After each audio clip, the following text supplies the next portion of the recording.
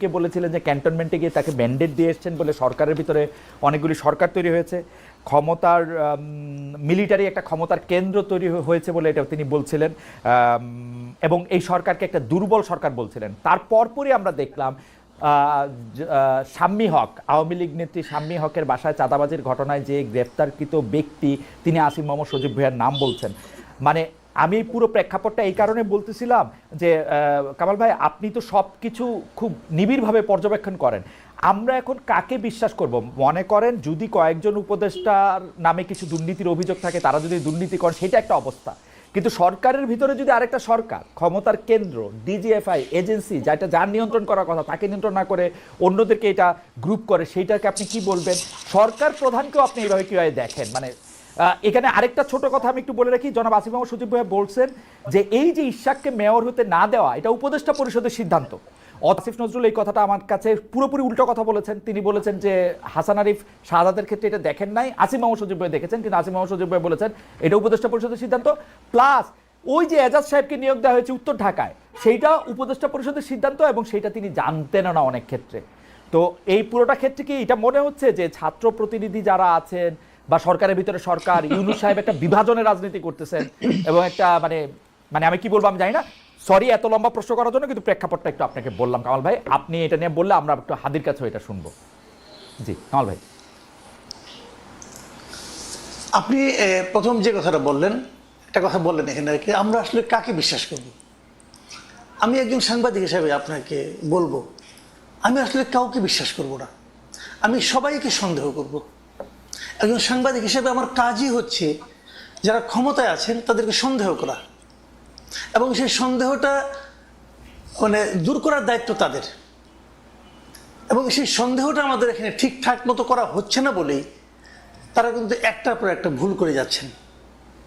আসিফ মোহাম্মদ সজীব ভুঁইয়া যেটা বলেছেন, আমি মানে সব তো আমার একসঙ্গে মনে থাকবে না, আমি যেগুলো মনে আছে এগুলি বলি। উনি যেটা বলেছেন এজাজের এই নিয়োগটা উনি জানতেনই না। উনি তো চিঠি লিখেছেন আপনার কি বলে জনপ্রশাসন সচিবকে নিজে হাতে লিখেছেন, এই যে উনি জানেন উনি খুব একটা যোগ্য লোক, তো উনি আবার জানতেন না কিভাবে বলেন? উনি তো এটা ব্যক্তিগত প্যাডে চিঠি লিখেছেন, উনি নিজে সিগনেচার করেছেন। কারণ আমি একটু ছোট্ট করে বলি, আমি একটু ছোট করে বলি আসিফ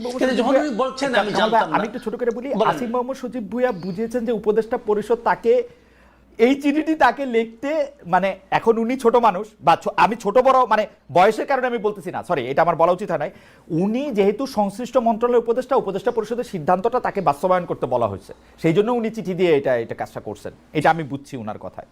এটা কখনো হয়? সাংবাদিক করছে এটা হয়? উপদেষ্টা পরিষদ কখনো একজন লোককে বলবে তুমি চিঠি লেখো? উপদেষ্টা পরিষদ মিটিং করে তারাই তো সিদ্ধান্ত দিয়ে দিবে। এটা কি হয় নাকি? আমরা তো ভাই কিছু কিছু জানি, কিছু কিছু তো বুঝি সিস্টেমটা। ওকে, তো ওনারা তো সিদ্ধান্ত দিয়ে দিবেন। এখানেও কি এরকম হয়েছে যে উপদেষ্টা পরিষদ তাকে বলেছে ওকে শপথ দিতে দিও না? তাহলে ওখানে হাইকোর্ট যে রায়টা দিল ওই রায়টা কি ছিল? হাইকোর্ট কি বুঝে না কি করতে হবে? এবং ওনারা কি বুঝেন না হাইকোর্টের রায় তাদের মান্য করতে হবে?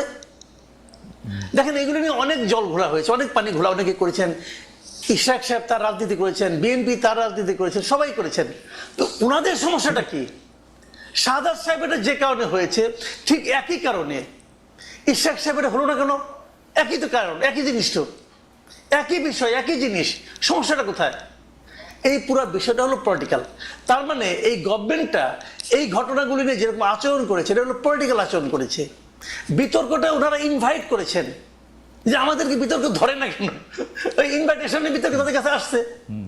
কথাগুলি সিম্পল। দেখেন ডিজিএফআই যে কথাটা বলা হয়েছে, ডিজিএফআই সেটা আপনি যে বলেছেন এটা তো আসলে সরকার প্রধানের হাতে। এখন সরকার প্রধান যদি মনে করে যে ডিজিএফআই আমার কথা শুনছে না, উনি ডিজিএফআই আগা 5 তলা চেঞ্জ করলেই পারেন, করেন না কেন? এইগুলি আসলে কিছু না। আমি বলি আপনাকে, ওনারা যেগুলি বলে না এ করতে দেয় না ও করতে দেয় না, আসলে এই গভর্নমেন্টকে আমি মনে করি একটা নন সিরিয়াস টাইপের গভর্নমেন্ট। এই গভর্নমেন্ট যখন ক্ষমতায় আসে গত বছর, এই গভর্নমেন্টের উপর তখন আপনি ধরুন 8 তারিখ তারা ক্ষমতায় আসলো, 8 তারিখে যদি আপনি দেশের মানুষকে জিজ্ঞাসা করতেন এই গভর্নমেন্টের উপর আপনার সাপোর্টটা কেমন আছে, আমার মনে হয় না যে আওয়ামী লীগের 2-1 পান্ডা ছাড়া আর কেউ বলতো যে এই গভর্নমেন্টকে আমি সাপোর্ট করি না। কেউ বলতো না। এত সমর্থন নিয়ে বাংলাদেশের ইতিহাসে আর কোনো গভর্নমেন্ট আসে নাই। এবং এখন পর্যন্ত আজকে 1 বছর হয়ে গেছে, এই 1 বছরে আপনি কোন একটা পলিটিক্যাল পার্টিকে দেখতে পাবেন না যা নাকি অফিসিয়ালি এই গভর্নমেন্টের উপর অনাস্থা দিয়েছে, পাবেন না। মানে এত সাপোর্ট অন্য কোনো গভর্নমেন্ট পায় নাই বাংলাদেশে। সেরকম একটা গভর্নমেন্ট এত সাপোর্ট দেয়া করলোটা কি, করছেটা কি, এটা আপনি বলেন। তারা কি আগের গভর্নমেন্টের যে খুব ভালো চালাতে পারছে? কোন দিক দিয়ে পারছে? উত্তরের যে সিটি কর্পোরেশনের নিয়োগটা থাকে, আমি সিম্পল একটা কোশ্চেন করতে চাই, আমি একটা সাধারণ মানুষ, আমি একটা প্রশ্ন করতে চাই। এই যে এজাজ সাহেবের একটা সিটি কর্পোরেশন চালানোর মতো তার সিভিতে কি লিখতে পারবেন উনি যে আমার এই ধরনের অভিজ্ঞতা আছে? কিন্তু কাউলা এখানে আমার একটা এনজিও চালিয়েছেন পরিবেশ বিষয়ক এবং আরেকজন উপদেষ্টার কাজিন, এই তো তার যোগ্যতা। কিন্তু কামাল ভাই, আমি আপনাকে একটু এখানে প্রশ্ন করতে চাই, আমরা যারা সিটি কর্পোরেশনের মেয়র যাদেরকে দেখেছি তাদের কি যোগ্যতা কোথায় ছিল 2-4টা চুরি বাটপারি করা ছাড়া? শুনেন, সিটি কর্পোরেশন আমি ধরে নিচ্ছি হাইপোথেটিক্যালি তাদের কোনো যোগ্যতা ছিল না, আমি ধরে নিচ্ছি। সাহেব ধরেন অথবা আতিক সাহেব ধরেন, ধরে নিচ্ছি চোর বাটপার সব ঠিক আছে, কিন্তু তারপরেও তারা কি সিস্টেমের মধ্যে দিয়ে আসছে? সিস্টেমটা কি যে জনগণের ভোট নিয়ে আসছে অথবা ভোটের নামে নাটক করে আসছে? যাই হোক, একটা সিস্টেমে তো আসছে। উনি আসছেন কিসের মাধ্যমে? এটা বুঝান না রে ভাই। উনি কিসের মাধ্যমে আসছে? উপদেষ্টা পরিষদ ঠিক করছে, সজীব ভাইয়ের চিঠির মাধ্যমে আসছে। ওকে, আসতে পারে, আমার কোনো সমস্যা নাই। আসিফ মাহমুদ সজীব ভাইয়ের চিঠির মাধ্যমে আসছে। তখন আমি আসিফ মাহমুদ সজীব ভাইকে জিজ্ঞাসা করবো যে এত লোক থাকতে আপনি উনাকে নির্বাচন করলেন কোন যোগ্যতায়, কি দেখে? আপনার সঙ্গে তার খাতির আছে? সে আপনার দস্ত লাগে? ব্যাপারটা কি বুঝান আমারে ভাই।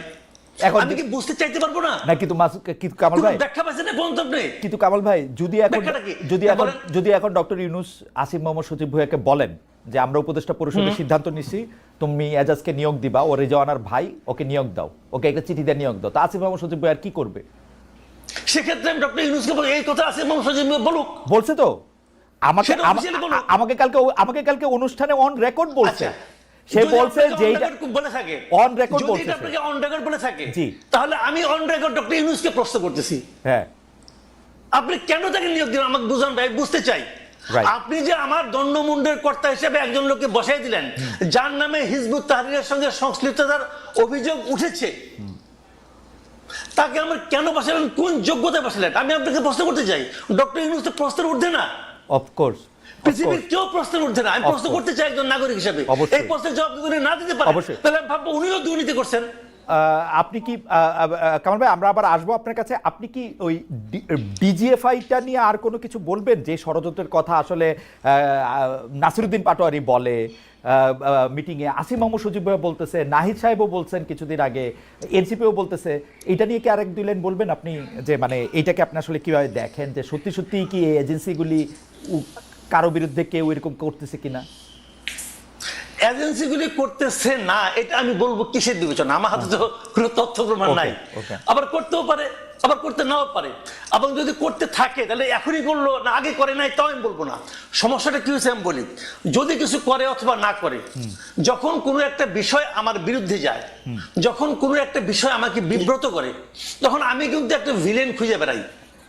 এটা হলো আমাদের দেশের সাধারণ মানুষের মানসিকতা, আমারও মানসিকতা। তাই তখন আমি করে কি, যদি আমি নিজে দোষী হই, আমি কিন্তু আমার দিকে তাকাই না। আমার দিকে তাকানো উচিত যে আসলে কি এই জন্য আমি দায়ী? আমরা করে কি আমার দিকে তাকাই না, আমি একটা ভিলেন খুঁজে বেড়াই। যখন কোনো ভিলেন না পাই, তখন একজনকে এমন এক লোকের নাম বলি অথবা এমন একটা সংস্থার নাম বলি যাকে আমি ক্রস চেক করতে পারবো না। ওকে, এটা খুবই ইন্টারেস্টিং কথা বলছেন কামাল ভাই। আমি আপনাকে এই জায়গায় একটু আপনার কাছ থেকে একটু জনাব হাদির কাছে একটু যাই। জনাব হাদি, একই প্রশ্ন, আমি প্রশ্নটাকে এরকম করতে চাই, আপনি কি আসলেই মনে করেন কিনা সরকারের ভিতরে একটা সরকার আছে এবং কারো বিরুদ্ধে ষড়যন্ত্র হতেছে, সেটার জন্য এজেন্সিকে কাজে লাগা হইতেছে, এবং এইটার জন্য এটা আপনি সরকার প্রধানকে, সরকার যারা চালাইতেছে তাদেরকে আপনি আসলে দায়ী করেন কিনা? আমি আসিফ মোহাম্মদ সজীব ভুঁইয়ার অবস্থা দেখেই বলতে চাই, চাঁদাবাজির জন্য যে গ্রেপ্তার, যিনি রিমান্ডে ছিল, তার একটা ভিডিও ফাঁস হয়েছে, সেই জায়গা ধরেও যদি আপনি একটু বলেন। জনাব হাদি। আসসালামু আলাইকুম, ঠিকানার দর্শকদেরকে শুভেচ্ছা। দেখেন, প্রথমত হলো আমাদের আলোচনাটা ওই যে উত্তরের সিটি কর্পোরেশনের মেয়র বা ওদিকে মোড় নিয়ে যাচ্ছিল। তো ব্যাপার হলো তাকে ডিফেন্ড করা বা কোনো কাজ আমাদের না। আমি শেষ থেকে একটু শুরু করি আপনার সাথে। যেমন ডিজিএফআই প্রশ্ন যেটা এসছে, এখন দেখেন এখানে একটা খুবই গুরুত্বপূর্ণ ব্যাপার হলো যে এজেন্সিগুলো রাষ্ট্রে অত্যন্ত গুরুত্বপূর্ণ পজিশনে থাকে, তাকে রাখতেও হয়, কিন্তু আমাদের জুলাইয়ের পরে যেটা কাজ ছিল যেগুলোকে প্রফেশনাল করে তোলা, আরো বেশি প্রফেশনাল করে তোলা। ফ্যাসিবাদ হাসিনা মিলে যেটা করেছিল, এই প্রফেশনাল প্রতিষ্ঠানগুলোকে শতভাগ আওয়ামী লীগের, সোজা কথা আপনি ধরেন নাজি বাহিনী তাদের যে ভিন্ন ভিন্ন এরকম সেগমেন্ট তৈরি করেছিল, এরকম এনএসআই, ডিজিএফআই রাষ্ট্রের সব থেকে গুরুত্বপূর্ণ অর্গানগুলোকে তাদের পার্টির পান্ডা বানিয়ে ফেলেছিল। তো এখন আমরা যেটা প্রত্যাশা করেছি যে তাদের ওই দীর্ঘ কালচার তারা পরিবর্তন করে, তারা প্রফেশনালি রিয়াক্ট করবে। আমি আপনাকে শুধু একটার সাথে ধরাই দিতে চাই, ধরেন এই যে 5ই অগস্ট ঘোষণাপত্রের দিন এনসিপির কিছু লোকজন কক্সবাজার গেল।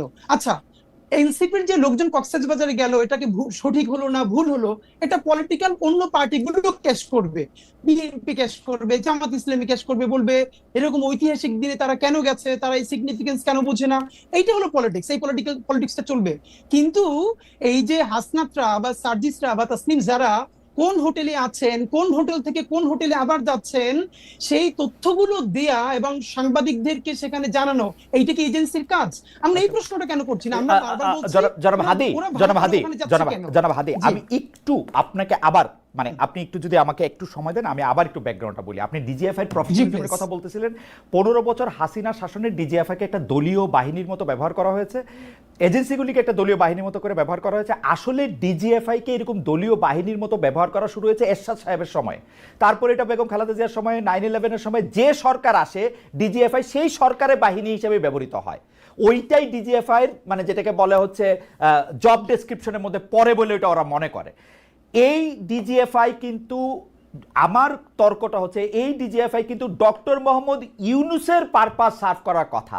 আপনারা সেই প্রশ্ন কেন তুলতেছেন না যে এই ডিজিএফআই যদি ডক্টর মোহাম্মদ ইউনূসের পারপাস সার্ভ না করে, ডক্টর মোহাম্মদ ইউনূসকে দায়ী করা উচিত যে আপনার ডিজিএফআই এর উপর আপনার কন্ট্রোল নাই কেন? কারণ ডিজিএফআই কিন্তু সেনা প্রধানরাও কি বলে অ্যাকাউন্টেবল করে, সেনা প্রধানের উপর নজরদারি করে, সেনা প্রধানের আন্ডারে কিন্তু ডিজিএফআই না, নট এট অল। ওকে ওকে ওকে ওকে খালেদ ভাই, আমি একটু আপনাকে বলি, আমরা এই সরকার সম্বন্ধে একটা ফিডব্যাক গত 10 মাস ধরে দিয়েছি কমপক্ষে 100 বার, মিডিয়াও এটা প্রচুর আছে। আবার আপনাকেও আবার আজকে বলি, রিপিট করি, এই সরকার হলো বাংলাদেশের ইতিহাসের সব থেকে জনসমর্থিত সরকার এবং সব থেকে দুর্বলতম সরকার। এই দুটোই তার ক্ষেত্রে সত্য। সেই সব থেকে জনসমর্থিত সরকার, গণ অভ্যুত্থানের সকল স্টেক তাকে বসিয়েছে, এবং সব থেকে দুর্বলতম সরকার এই অর্থে যে এখানে সে কন্ট্রোল নিতে পারে না।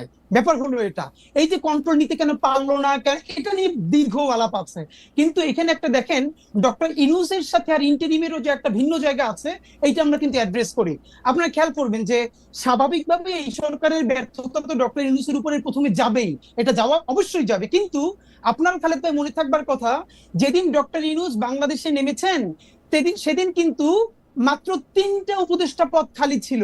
এর মানে আগের সকল উপদেষ্টা পদ সব রেডি, ডক্টর ইউনূস আসার পরে আর মাত্র 3টে পদ খালি ছিল। তখন আমরা ডক্টর ইউনূসকে বলছি যে আপনি তাহলে এখানে কারা কারা উপদেষ্টা আছে, এখানে বিএনপির লোকজন আছে, এখানে জামাতের আছে, এখানে জাসদের আছে, সমস্ত ঘরানা থেকে আছে। এটাকে আপনি হিয়ারসে বলতেছেন নাকি প্রামাণিক সাপেক্ষে বলতেছেন? কারণ আমরা জানি ডক্টর মোহাম্মদ ইউনূস হাসপাতালের বেডে শুয়েও উপদেষ্টা পদ চেঞ্জ করেছেন। মানে আমরা তো আর, আমি ডক্টর ইউনূসের সাথে উনি প্রধান উপদেষ্টা হওয়ার পরে আমার কোনো কথা হয় নাই, কিন্তু আগের কথা মানে আমি জানি যে আপনি যে বলতেছেন উপদেষ্টা পদে নিয়ে নেওয়া হয়েছিল, তো সেই 3 উপদেষ্টা পদে কি ডক্টর মোহাম্মদ ইউনূস ওই স্বাস্থ্য উপদেষ্টা, তারপরে এই যে এদের নিয়োগ দিচ্ছেন, এই যে এনজিও আরো 2জন যে এনজিও তাদের নিয়োগ দিচ্ছেন? না, হতে পারে, মানে হতে পারে, কিন্তু আমরা হলো যেটা বাকিদের কে নিয়োগ দিছে? এই সমস্ত গণ অভ্যুত্থানের শক্তি সবাই মিলে দিচ্ছে, কারণ পলিটিক্যাল পার্টি সবাই বসছে, বিএনপি বসছে, জামাত বসছে, এবি পার্টি বসছে, ছাত্ররা বসছে। কিন্তু আমাদের তর্কটা ওই জায়গা না। আমরা ভাই আপনারা যেটা মূলত বলতে চাই, দেখেন এই যে মাসুদ ভাই এখন পর্যন্ত যেটা বললো, মুশকিলটা হইলো, যেমন আপনি আমার সরাসরি আমার একটা পরিচয় আছে যে আমি এই জুলাই বিপ্লবের বলি অথবা জুলাই গণ অভ্যুত্থানের বলি, এটার একটা শরীক। আমরা সবাই মিলে হাসিনাকে তাড়াইতে বাধ্য করছি, এর মানে এগুলোর ব্যাপারে আমাদের কোনো গ্লানি নাই। কিন্তু মাসুদ ভাইয়ের ক্ষেত্রে যেটা ব্যাপার, মাসুদ ভাই দেখেন, আপনি যখন কথা বলছিলেন, আপনাকে তখন মাসুদ ভাই প্রথমে বলেছে একটা, যে লীগের পান্ডা ছাড়া আর কেউ এটাকে অস্বীকার করবে না। এর মানে লীগকে তিনি প্রথমবার পান্ডা বললেন, এটা শুনে তো দর্শকরা খুশি হবে। একটু পরে যে কাজটা মাসুদ ভাই করেছেন ওইটাই হলো বাংলাদেশের জন্য সামনে জনাব হাদি, জনাব হাদি, আপনি কি মাসুদ ভাইয়ের কথা বিশ্লেষণ করবেন? তাহলে আপনি আপনি মাসুদ ভাইয়ের কথা বিশ্লেষণ করেন। আমি আপনাকে স্মরণ করাই দেই যে মাসুদ ভাই লীগকে পান্ডাই প্রথমবার বলতেছেন না, দর্শককে খুশি করার জন্য বলতেছেন না, এবং গত 15 বছর ধরে অন্তত পক্ষে 50,000 বার তিনি এইসব কথা বলেছেন। আচ্ছা ভাই, তাহলে আমি আপনাকে মনে করাই দিই, মাসুদ ভাই যদি গত 15 বছর ধরে এটা বলে থাকে, এর সাথে আরেকটা সত্য হলো শাহবাগে যখন নিকৃষ্টতম মব হয়েছে বাংলাদেশের, এবং সেটাকে আমার দেশ যখন ভীষণ ভাবে ব্যানার হেডিং করে এক্সপোজ করছে যে শাহবাগে ফ্যাসিবাদের পদধ্বনি, তখন মাসুদ ভাইয়ের প্রোফাইলে এখনো আছে 10ই ফেব্রুয়ারি 2013 মাসুদ ভাই একটা স্ট্যাটাস দিছে আমার দেশের, সেইটার যে এইটার নাম যদি হয় সাংবাদিকতা তাহলে আমি লজ্জিত। এর মানে যেই শাহবাগ বাংলাদেশের বিচার ব্যবস্থা ধ্বংস করছে, রাষ্ট্র ধ্বংস করছে, পুরো সিস্টেমকে কোলাপস করছে, সেইটাকে যে পত্রিকা এক্সপোজ করার পরে পত্রিকার সম্পাদক জেল খাটছে, মাথা তার উড়ে দিছে। কিন্তু আপনাকে আমি আরেকটু মানে একটা সেন্টিমেন্টাল জার্নি করাই। আমার দেশ পত্রিকা কিন্তু শাহবাগের এই আন্দোলনকে সমর্থন করেছে। আপনি 2013 সালের 6 ফেব্রুয়ারি, 7 ফেব্রুয়ারি, 8 ফেব্রুয়ারি পত্রিকা দেখেন। 9 ফেব্রুয়ারি বা 10 ফেব্রুয়ারি, আমার আপনার মতো এত শার্প ব্রেন না, কিন্তু 9 ফেব্রুয়ারি এসে তারা এটাকে প্রতিধ্বনি বলেছেন, ফেসিবাদের প্রতিধ্বনি হোক, যে প্রতিধ্বনি বলেছেন সেটা বলেছেন। এখন ঘটনা হইতেছে যে আমরা সাংবাদিকতা ছাত্র ভাই, আমরা কোনো একটা পত্রিকার রিপোর্টে যখন একটা অবজেক্টিভ জায়গা থেকে যখন একটা সাবজেক্টিভ জায়গা নেওয়া হয়, আমরা আমাদের প্রাইভেট ওয়ালে মাসুদ ভাই জবাব মাসুদ ভাই দিবেন, মাসুদ ভাই আমার থেকে মানে আমি মাসুদ ভাই একদল করি, এরকম ব্যাপারটা না। কিন্তু আমরা যখন কোনো কিছু সাবজেক্টিভ, মানে এটা আমাদের ট্রেনিং ভাই, কোনো কিছু যখন অবজেক্টিভ জিনিসটা যখন সাবজেক্টিভ হইতে দেখি আমরা এটাকে প্রতিবাদ জানাবই। এবং আমরা কিন্তু প্রথম আলোর মন্তব্য প্রতিবেদনেরও প্রতিবাদ জানাতে দেখছি যখন এটা অবজেক্টিভিটির জায়গা থেকে সেটা সাবজেক্টিভিটিতে গেছে। একই খালেদ ভাই, এই আলাপটা হলো পলিটিক্যাল কারেক্টনেসের জায়গা।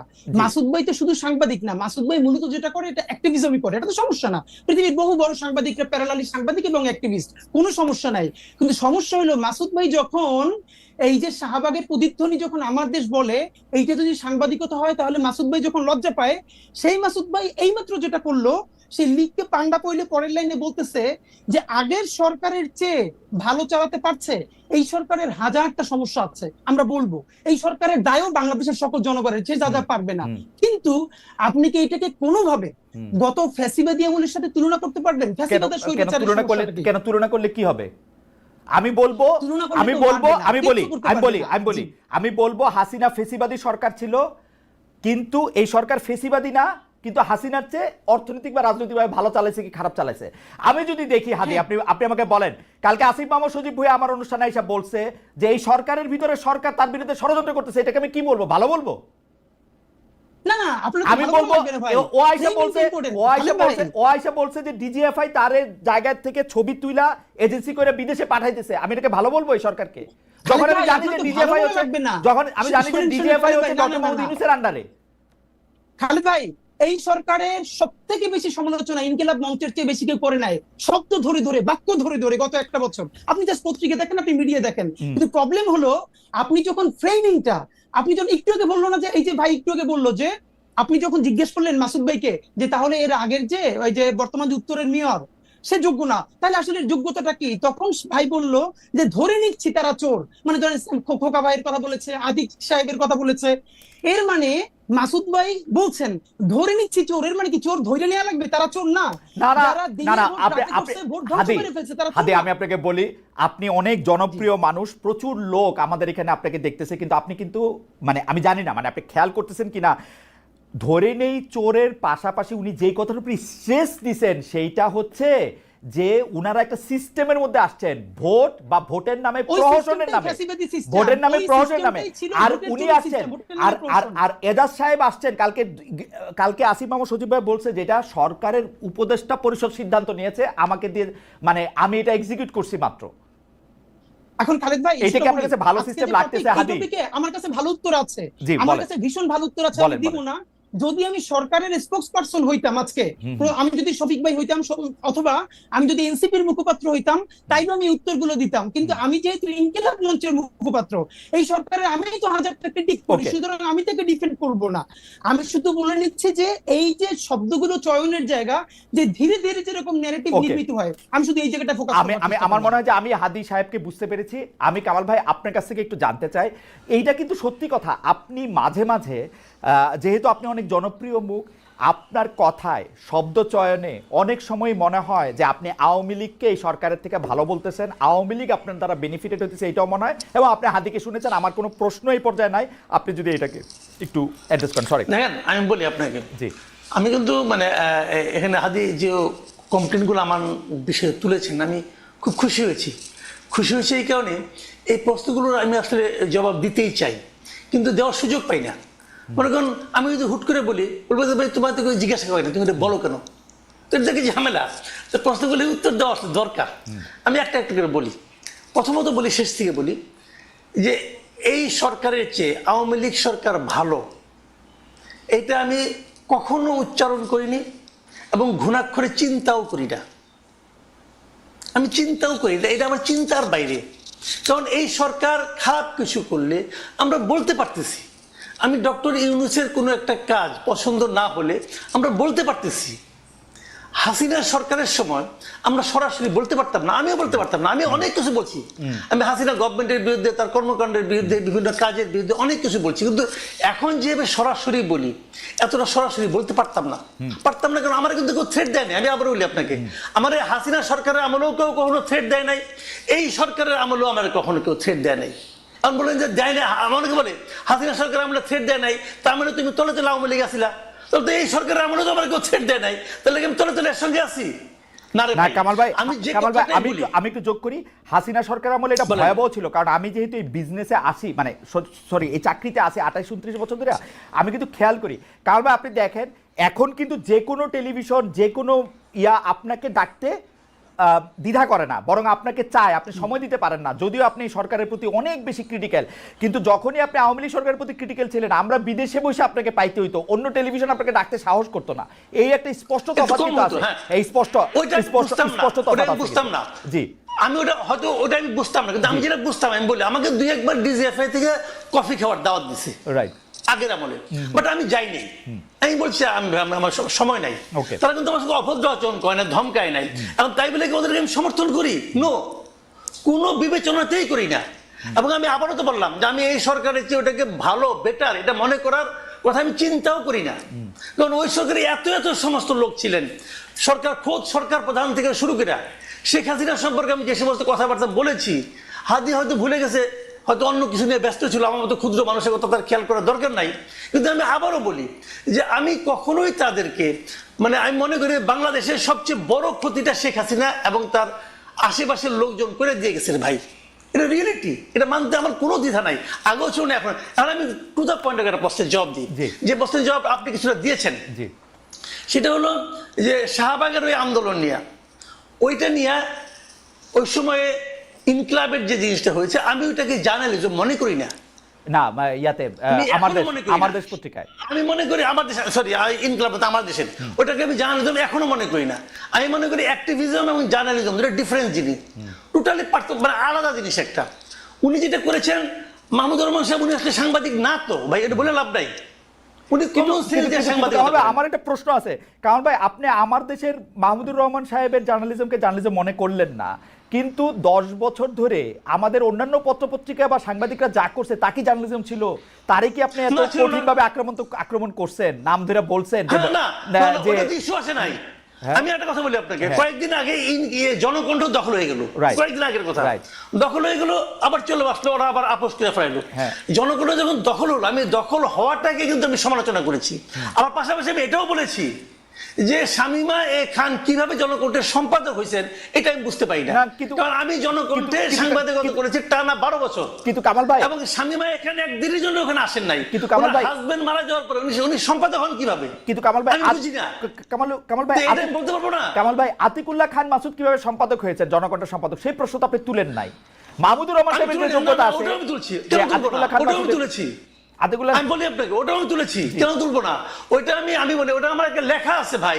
আমি রিপোর্টার ভয়েস যেটা আছে, সেই ডিআরইউ ম্যাগাজিন বেরোয়, ওখানে আমি স্পষ্ট করে লিখেছি যে উনি কিভাবে সম্পাদক হলেন, মালিক হিসেবে সম্পাদক হলেন। সবাই তারা মেনে নিছে, তখন আমি জুনিয়র রিপোর্টার, আমি মেনে নিছি, বলেছি আমি ওখানে। এটা কেন বলবো না? না, ভাই, আমি বাংলাদেশে যেটা তো বিশ্বাস সবাই, করি, সেটা ভাই বলতে আমার কোনো বাংলাদেশে সমস্যা নাই। বাংলাদেশে তো সবাই মালিক সম্পাদক। আনার হোসেন মঞ্জু কিভাবে সম্পাদক হলেন ইত্তেফাকের?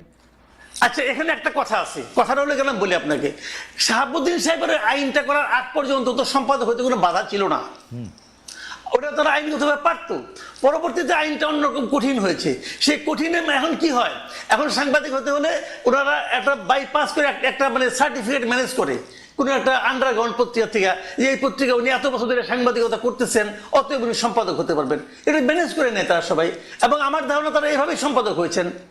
এটাগুলো তবে আমি যেটা বলছিলাম যে তখন ওই মূল পয়েন্ট আসে, তাহলে আবার পরে আবার জবাব দেওয়ার সময় পাবো না, পরে প্রশ্ন উঠবেও না।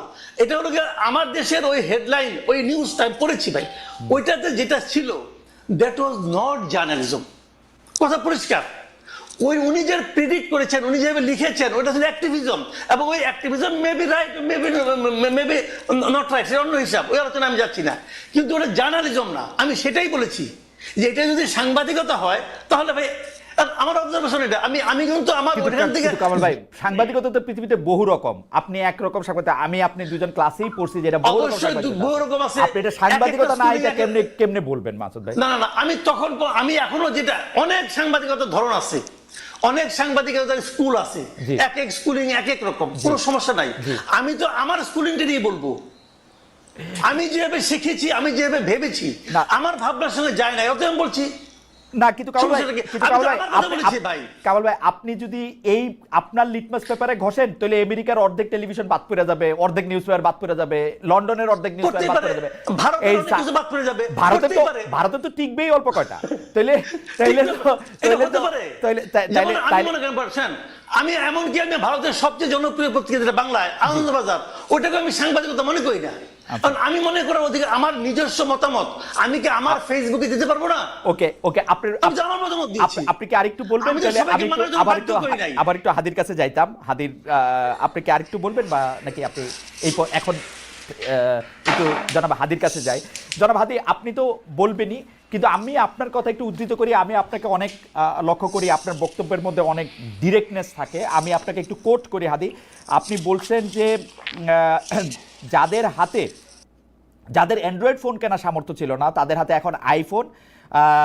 এটা কাদের উদ্দেশ্যে দিয়েছেন? মানে এটা কি, মানে এই বক্তব্যকে এনসিপির কারো গায়ে লাগতে পারে? মানে প্রায় একই সময় জনাব মাহফুজ আলমও একটা স্ট্যাটাস দিয়েছিলেন, পরে যেটা আবার তিনি কারেক্ট করেছেন যে কেউ যখন মানে তিনি ইঙ্গিত করেছিলেন নতুন একটি রাজনৈতিক দল যদি দেখে যে এর মধ্যে অনেকেই দুর্নীতির সাথে জড়িত, একজন যদি না করে, তাহলে এইটা কি আপনি একটু বলবেন? এই আর্থিক অভিযোগ, আন্দোলনের বিভিন্ন শ্রেণীর সমন্বয়ক বা সদস্যদের বিরুদ্ধে অনেক আর্থিক অভিযোগ যে রয়েছে, সেটা সম্পর্কে আপনার অবজারভেশনটাকে একটু আপনি বলবেন। যেহেতু ইনকিলাব মঞ্চ, আমি বলছি ভাই, বলছি ইনকিলাব মঞ্চ প্রেসার গ্রুপ হিসাবে, জি হ্যাঁ, শিওর।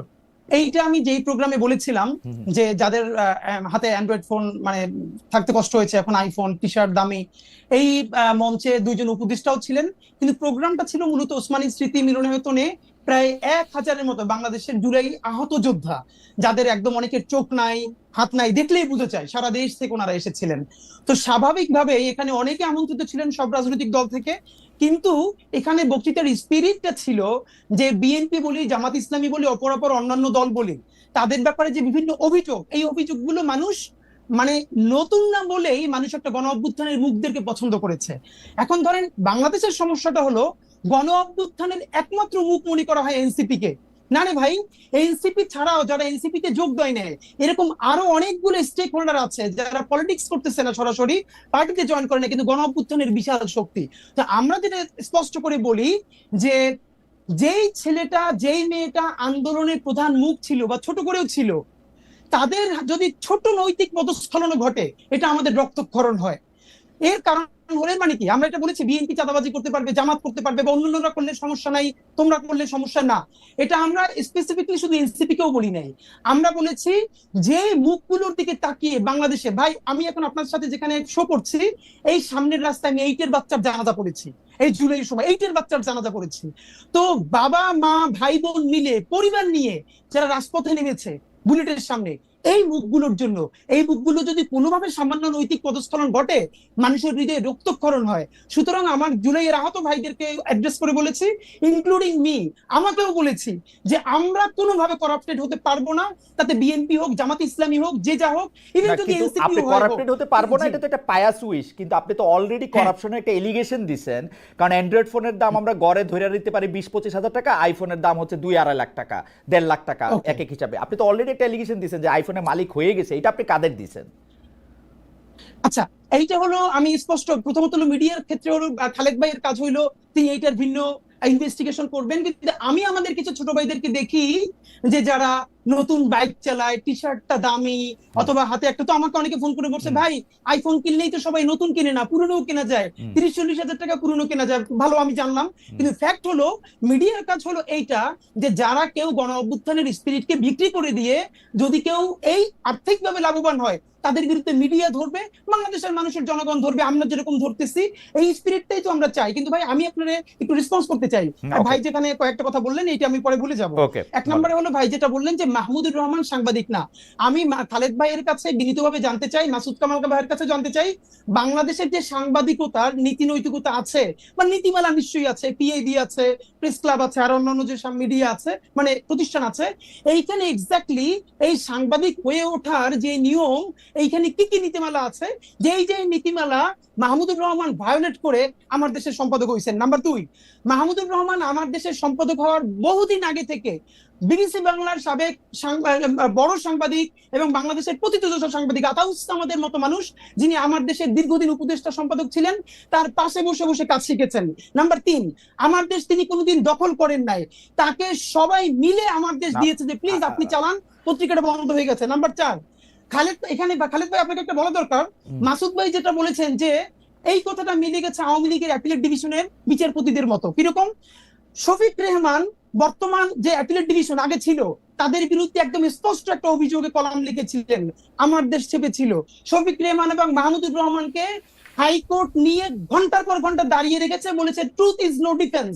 সেইটার পরে আমার দেশকে সম্পাদককে বলতেছে by chance editor.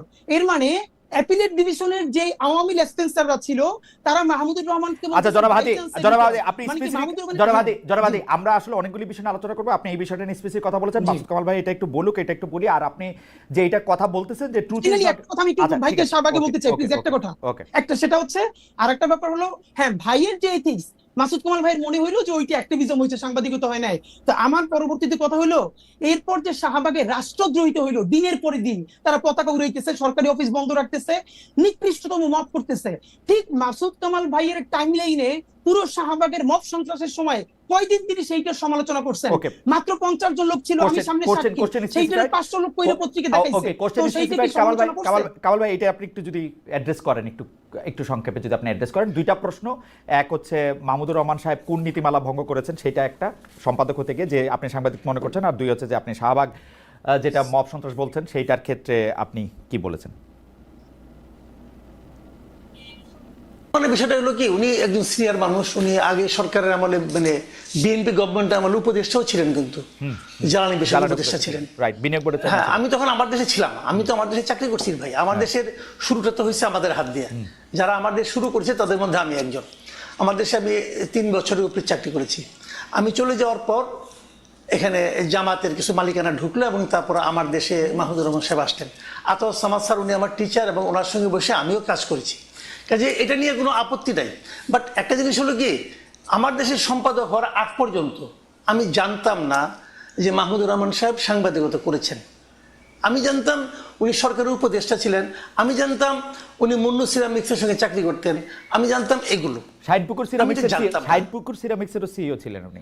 Sorry, Munnu ceramics না, শাইনপুকুর ছিলেন, মুন্নুরও ছিলেন। উনি মুন্নু সিরামিক্সের তো মালিকের মেয়ের মুন্নু তো জামাই। মালিকের মেয়ের জামাই। মেয়ের জামাই, হ্যাঁ। ওখানে ছিলেন, তারপরে মুন্নু থেকে উনি ছিলেন। শাইনপুকুরে আসছেন। শাইনপুকুর সিরামিক্সটা উনার হাত দিয়ে মানে করা। সালমান রহমানের প্রতিষ্ঠান। জি, সালমান রহমান। হ্যাঁ, উনি সালমান রহমানের প্রতিষ্ঠানে ছিলেন, চাকরি করতেন। তো তারপরে সরকার উপদেষ্টা হয়েছিলেন। তো এর মধ্যে উনি সাংবাদিকতা কবে করেছিলেন আমি জানি না ভাই, হাদি জানতে পারে। আর আতর সামাদ যার পাশে বসে করেছে, আতর সামাদের পাশে বসে আমরা কাজ করেছি, আতর সামাদের আমি ক্লাসও করেছি ভাই, বিভিন্ন রকম, যাক সেটা অন্য হিসাব। তো হতে পারে, তারপরেও হতে পারে, মালিক হলে অনেকে হয়ে যায়, তো সেটা হতে পারে, মানতে পারে, অনেকে মানতেও পারে। বাট আমার কাছে ওনাকে আমি এইভাবেই মূল্যায়ন করি। রাইট। আমি মনে করি উনি পেশাদার সাংবাদিক ছিলেন না আগে কোনোদিন, পেশাদার সাংবাদিক নয়, একবারে সম্পাদক হয়েছেন। বাট এটা আমার পছন্দ না, আমি কি করবো ভাই?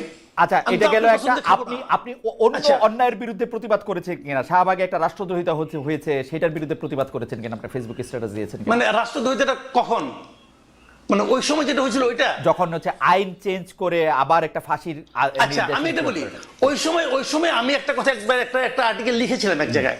সেই আর্টিকেলটা কি আমি একটু আপনাদের বলি। আমি বললাম যে শাহবাগে যে এই যে এত লোক ওখানে আন্দোলন করতেছে, আন্দোলনটা কেন? আন্দোলনটা হলো কাদের মোল্লার বিরুদ্ধে একটা রায় যেটা হয়েছে, সেই রায়ের আপত্তি।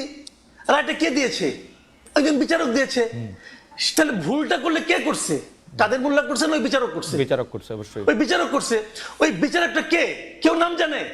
আমি এই প্রশ্নটা করেছিলাম। এই যে এখানে এত লোক আছে, তারা তো ওই বিচারকের বিরুদ্ধে স্লোগান দিচ্ছে না। ভাই শুনেন, আমি কোনো পলিটিক্স করি না, এক নাম্বার। আমি কোনো দল করি না, কোনো দলের প্রতি আমার কোনো অনুরাগ কিংবা বিরাগ নাই। আমি সাংবাদিকের দৃষ্টি থেকে দেখি, আমার কাছে মনে হয়েছিল ওই যে লোকগুলি জমায়েত, ওই যে মানে হাজার হাজার লোক জমায়েত হয়েছিল দীর্ঘদিন, ওই লোকগুলো একটা ঘোরের মধ্যে ছিল। ওকে। তাদেরকে একটা ঘোরের মধ্যে রাখা হয়েছিল।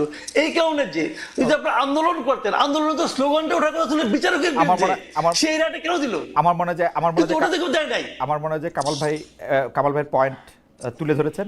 আমরা একটু জনাব হাদির কাছে আসি। জনাব হাদি, আমরা একটু দর্শকদের কাছে প্রশ্ন করেছিলাম যে রাজনৈতিক দলগুলো জাতীয় ঐক্য ধরে রাখতে না পারলে আরেকটি ১-১১ আসবে, বলেছিলেন এনসিপির আহ্বায়ক নাহিদ ইসলাম। প্রিয় দর্শক, এই আশঙ্কা সঠিক বলে মনে করেন কিনা? শতকরা ৮০% দর্শক এটাকে সঠিক মনে করছেন, শতকরা ২০% মনে করছেন এটা সঠিক নয়। আমি এই প্রসঙ্গে আসার আগে আমি একটু জনাব হাদি আপনার কাছে একটু আসতে চাই যে গত ১ বছরে মিছিলে, মিটিংয়ে, সভায় গালিগালাজের ব্যবহার দেখা যাচ্ছে, ব্যবহারের রাজনীতি দেখা যাচ্ছে। এই গালিগালাজকে খুব স্বাভাবিক করা হচ্ছে, এক ধরনের মবকে চালানো, করা। এবং যখন এটি নিয়ে প্রশ্ন করা হচ্ছে, অনেকেই বলছেন যে মব তো আরও অনেক আগে থেকে হচ্ছে, এটা তো নতুন না। কিন্তু নতুন না হোক, আমরা নতুন বন্দোবস্তের কথা শুনেছি, সেই জায়গা থেকে যদি আপনি একটু বলেন। আরেকটা কথা, এই প্রশ্নগুলি আপনি যদি একটু ছোট ছোট করে একটু যদি বলেন যে জুলাই যোদ্ধাদের ব্যাপারে আপনি কিন্তু খুবই সরব, আপনি আবারও বলতেছিলেন, কিন্তু জুলাই যোদ্ধাদের যারা আহত রয়েছেন, নিহত রয়েছেন, তাদের প্রতি যে সঠিক সম্মান বা সম্মানীর ব্যবহারটা সরকার করতে পারল না, এর জন্য আপনি আসলে কারে দায়ী করেন? এইটার জন্য তো আসলে কোনো ভিতরে ষড়যন্ত্র, ডিজিএফআই এর কোনো কিছুই দরকার নাই। ডক্টর ইউনূস এবং তার উপদেষ্টা পরিষদের সিদ্ধান্তই যথেষ্ট ছিল, এবং এগুলি ইজি, মানে আমাদের চোখের সামনে হয়েছে, রেকর্ডেড আছে, এগুলি ইজি ছিল। এর জন্য আপনি কাকে দায়ী করেন? আর এই যে গালিগালাজ, মব, এই বিভিন্ন জায়গায় আইন নিজের হাতে তুলে নেওয়া, এই জায়গাগুলিকে আপনি আসলে কিভাবে দেখেন জনাব হাদি?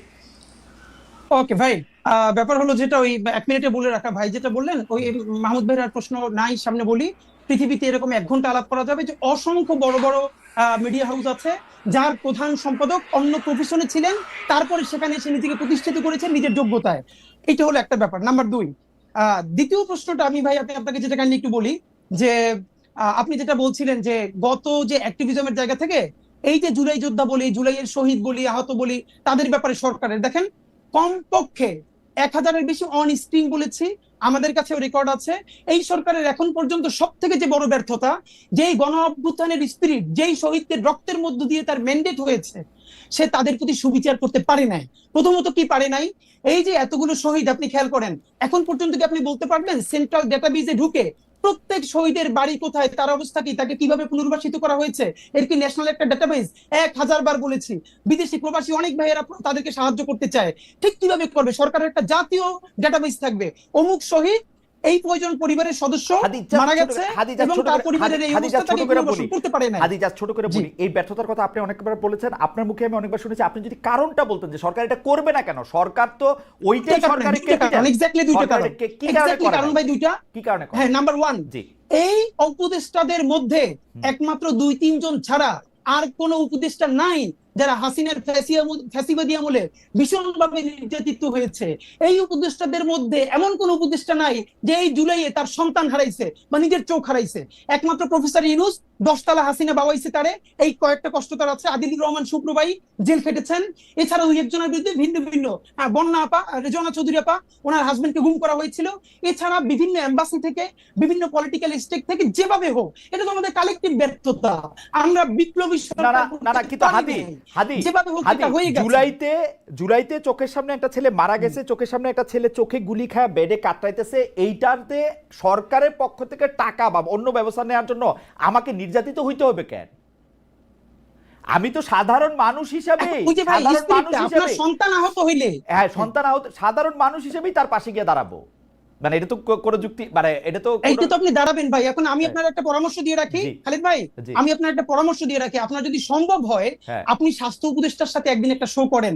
আমরা হাজারবার বলেছি স্বাস্থ্য উপদেষ্টা উনি ভদ্রমহিলা, লোক ভালো, উনি নিজে অসুস্থ, ওনার ডায়াবেটিসের ইনে লাগে 2 ঘন্টা পর পর, উনি কিভাবে যাবেন? এটা স্বাস্থ্য উপদেষ্টা জনাব হাদি, আমার একটা কৌতূহল আছে, স্বাস্থ্য উপদেষ্টা বলে তো কিছু এক্সিস্ট করে না। স্বাস্থ্য উপদেষ্টা হচ্ছে ডক্টর মোহাম্মদ ইউনূস। না, নাই তো। আপনারা স্বাস্থ্য উপদেষ্টার ভিতরে 100টা কথা বলেন, ডক্টর মোহাম্মদ ইউনূসের বিরুদ্ধে কথা বলেন না কেন? কারণটা কি? কেন বলি নাই শোনেন, কেন বলি না? ডক্টর ইউনূসের বিরুদ্ধে ফাইনালি এই জন্য বলি না যে ডক্টর ইউনূস হলেন, এখন দেখেন দুইটা ক্যারেক্টার। এই ডক্টর ইউনূস পলিটিক্যাল পার্টি খুলেছিলেন, একদম 100% ফেল করছে। কিন্তু এই জুলাইয়ের পরে উনি যখন জুলাইয়ের জবানে, শহীদ পরিবারের জবানে কথা বলতে শুরু করলেন, তখন মানুষ ওনাকে বিশ্বাস করতে শুরু করলো। এখন পর্যন্ত খালেদ ভাই, আমরা যেহেতু অ্যাক্টিভিজম করি, রাস্তায় প্রচুর থাকি, আমরা বিভিন্ন শ্রেণী পেশার মানুষের সাথে কথা বলবার চেষ্টা করি, তাদের এখন পর্যন্ত অনেকের মূল্যায়ন এটা। এই ইন্টারিমের অনেক সমস্যা আছে, কিন্তু এখন পর্যন্ত তারা ইউনূসকে ট্রাস্ট করতে চায় ঠিক ওই কারণে যে তিনি জুলাইয়ের জন্য কিছু করতে চান। কেন একদম আওয়ামী বয়ান হইলো। আমি যখন আওয়ামী মন্ত্রীদের চাইপা ধরতাম, ওরা বলতো যে হ্যাঁ আমরা খারাপ, খালি হাসিনা ভালো। একই সিম্পটম তোরে ভাই। মজার ব্যাপার বলি খালিদ ভাই, এইটা যদি আওয়ামী বয়ান হয় তাইলে ইউনূসের কেউ গাইলেইলে সে গুম হয়ে যাওয়ার কথা। আপনি আর মাসুদ ভাই মিলা একটা মাইক নিয়ে এখন ডক্টর ইউনূস এখানে গাইলেন, দেখেন আপনারা কেউ গুম করে কিনা। না না না, হাসিনারা বলে আমরা এগুলি বলছি। আমি আপনারে বলি, হাসিনারা বলে আমরা এগুলি হাসিনা নিয়ে বলছি। আমি আপনার ঘটনাটা বলি। আমি ছোট হোক বড় হোক, আমি বলি ছোট হোক বড় হোক, আমি প্রতিষ্ঠান চালাইছি। আমি যেটা চাবো সেইটাই হবে প্রতিষ্ঠানে। ডক্টর মোহাম্মদ ইউনূস যদি চাইতো জুলাই যোদ্ধারা সবার আগে হচ্ছে সবকিছু জুলাই যোদ্ধাদের ঠিক হবে, ওইটাই হইতো। খালিদ ভাই, এইটা আপনি কোন প্রতিষ্ঠানের কথা বলছেন জানেন? যে প্রতিষ্ঠানটা ফাংশনাল, 17 বছর বয়সে যেই দেশটা ভাঙা হইছে, সেইটা সারতে তো মিনিমাম আপনার কতদিন লাগবে? তো এইখানে কোন প্রতিষ্ঠান এখন আমাদের সমস্যাটা কি জানেন? আমাদের সমস্যা হলো আমরা এই ভোকালে কথা বললে মানুষ মনে করবে আমরা সরকারের পক্ষেই কথা বলতেছি, কিন্তু সরকারের পক্ষে না। আপনারা কেন জানি খালি ডক্টর মোহাম্মদ ইউনূস একদম হাসিনা সিম্পটম, খালি হাসিনা ভালো সবাই খারাপ। আপনি জানেন আমি দায়িত্ব লয়ে করছি, প্রধানমন্ত্রী কার্যালয়, সেই সময়কার প্রধানমন্ত্রী কার্যালয় খুশি হইতো মন্ত্রীদের বিরুদ্ধে দুর্নীতি রিপোর্ট হইলে, বিকজ তাদেরকে কন্ট্রোল করা যেত। আমি আপনার দুইটা বলি খালিদ ভাই, আমি আপনার বলি, আপনার মনে আছে কিনা, আপনার মনে করাই দিয়ে আপনি শেখ হাসিনারে প্রশ্ন করতেছিলেন গণভবনের একটা সংবাদ সম্মেলনে। আপনি শুধু বলছিলেন যে মাননীয় প্রধানমন্ত্রী আমরা স্বাধীনভাবে করতে পারবো কিনা, সেই মিডিয়া কাজ করতে পারবে কিনা।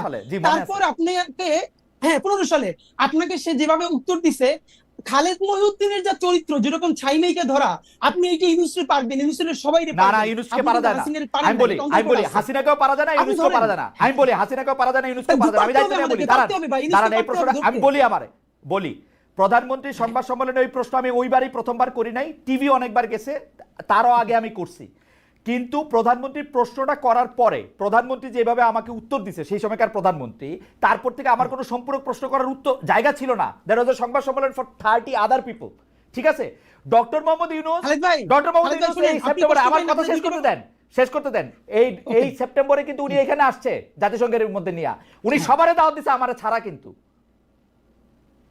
তাই মজার ব্যাপার বলি, এইটা আপনার অবশ্যই পাবলিক, এই যে আজকে আপনি বললেন আমরা জানলাম, আমাদেরকে সরকারের তরফ থেকে এক জায়গা থেকে আমরা প্রশ্ন করছি খালেদ মহিউদ্দিনের মতো ক্যারেক্টার কেন বাংলাদেশে জুলাই গণ অভ্যুত্থানের পরে তাকে কাজে লাগানো হইলো না। আমাদেরকে বলা হয়েছে খালেদ মহিউদ্দিন ভাইকে 2 বার সরকার থেকে, একবার বিটিভির দায়িত্ব নিয়ে আরো একটা বড় পদে বলছে, প্লিজ আপনি এই রাষ্ট্রকে গড়ে তুলতে সাহায্য করেন। খালেদ মহিউদ্দিন ভাই রেসপন্স করেন নাই।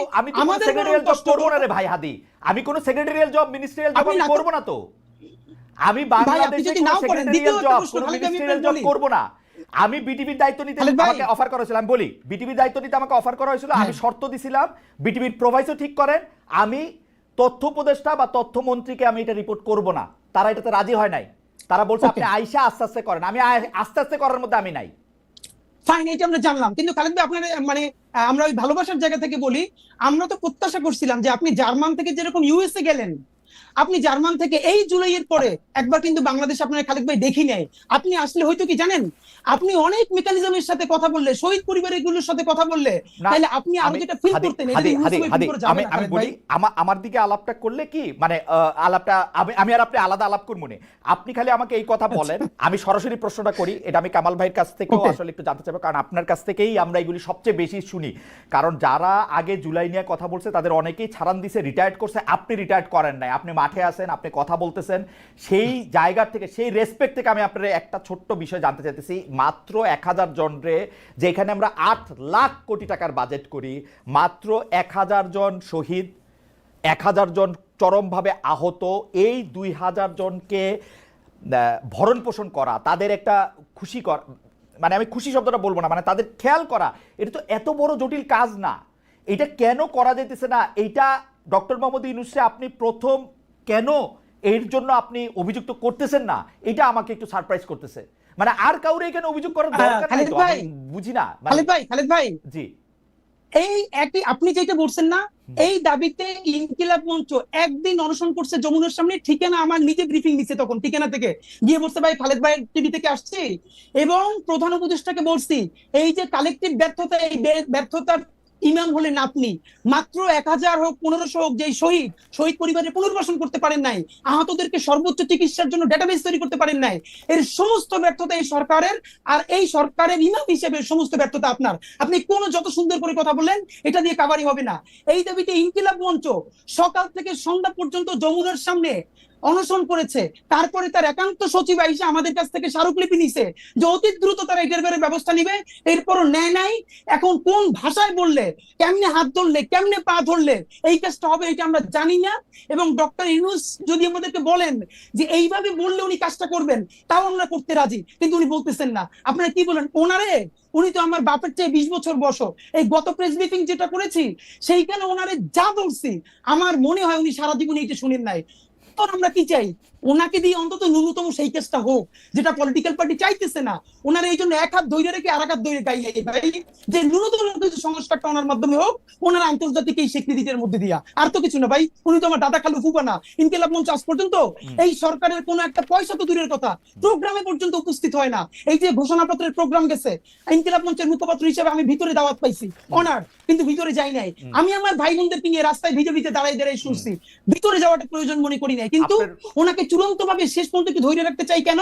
এই জুলাইয়ের মধ্য দিয়ে কিছু সংস্কার হোক। কিন্তু আমার এই বিষয় কোনোদিন যাবে না, মানে এটা তো আপনাদের প্রাথমিক দাবি ছিল, প্রথম থেকে দাবি ছিল, এইটাও উনি কেন করতে পারলেন না? এটা কি উনার অনভিজ্ঞতা না, এটা ওনার কি, আমি এটা ঠিক আসলে বুঝি না। আমি কামাল ভাইয়ের কাছ থেকে একটু জানতে চাই যে কামাল ভাই, আপনার কাছে কি মনে হয় যেগুলি জিনিস আসলে উনার সবার আগে করার কথা, এগুলি তিনি কেন করেন নাই? কেন এই বিষয়গুলিকে জিয়ে রাখছেন? উনি 10টা কমিটি করতে পারছেন, কি করছেন না করছেন, এগুলি কেন করেন না? আর নির্বাচনটা নিয়ে আমি একটু প্রশ্নের মধ্যে আসতে চাই, অনেকগুলি বিষয়, মানে কি বলবো, যে নির্বাচন নিয়ে এনসিপি সরাসরি বলতেছেন, এনসিপি নাসিরউদ্দিন পাটোয়ারি এটা বলছেন যে ফেব্রুয়ারি নির্বাচন ঠেকিয়ে দেওয়া হবে, নাহিদ ইসলাম 1/11 ভয় দেখেছেন, আপনি কি দেখছেন? এই প্রশ্নটা আমি জনাব হাদির কাছেও করতে চাই, একজন দর্শকের কাছে, দর্শকের মতামত আমি একটু পড়তে চাই। আমি সাধারণত যেই দর্শকরা যে মতামতগুলো আমার পছন্দ হয় সেগুলো আমি পড়ি। ওনার নাম আরিফুল ইসলাম অফিসিয়াল। উনি বলছেন, খালেদ সাহেব, আপনার সাংবাদিকতার সাহসের উৎস কে ছিল তা জুলকারনাইন সায়ের তা পূর্বের এপিসোডে বলে দিয়েছিলেন। মানে উনি বোধহয় সালমান এফ রহমানের কথা বলতেছেন, সেটা নিয়ে আমি জুলকারনাইন সায়ের সাথেও কথা বলছি। হাওয়েভার, আমি একটু দর্শকদের একটু বলে দিতে চাই, সালমান এফ রহমান যখন প্রথমবারের মতো এমপি হয়েছেন, এরপর থেকে আমি ইন্ডিপেন্ডেন্ট টেলিভিশনে কাজ করি নাই, ফর ইউর ইনফো। যাই হোক, হাওয়েভার, আমি একটু কামাল ভাইয়ের কাছে যেতে চাই। কামাল ভাই, এইটারে আপনি আসলে কি দেখেন, নির্বাচন কেমনে ঠেকানো, নির্বাচন আসলে হবে কিনা? আর আমি একটু কামাল ভাই একটু এটাও দেখেন, আমার কিন্তু এখন ডক্টর ইউনূসকে, মানে উনার এই 1 বছর যদি আমি বিশ্লেষণ করি, 8 মাস আমার কাছে মনে হয়েছে যে উনি একদিকে অ্যালাইন হয়েছিলেন, এই 4 মাস আমার মনে হচ্ছে যে উনি পুরোপুরি বিএনপির পকেটে ঢুকে গেছে।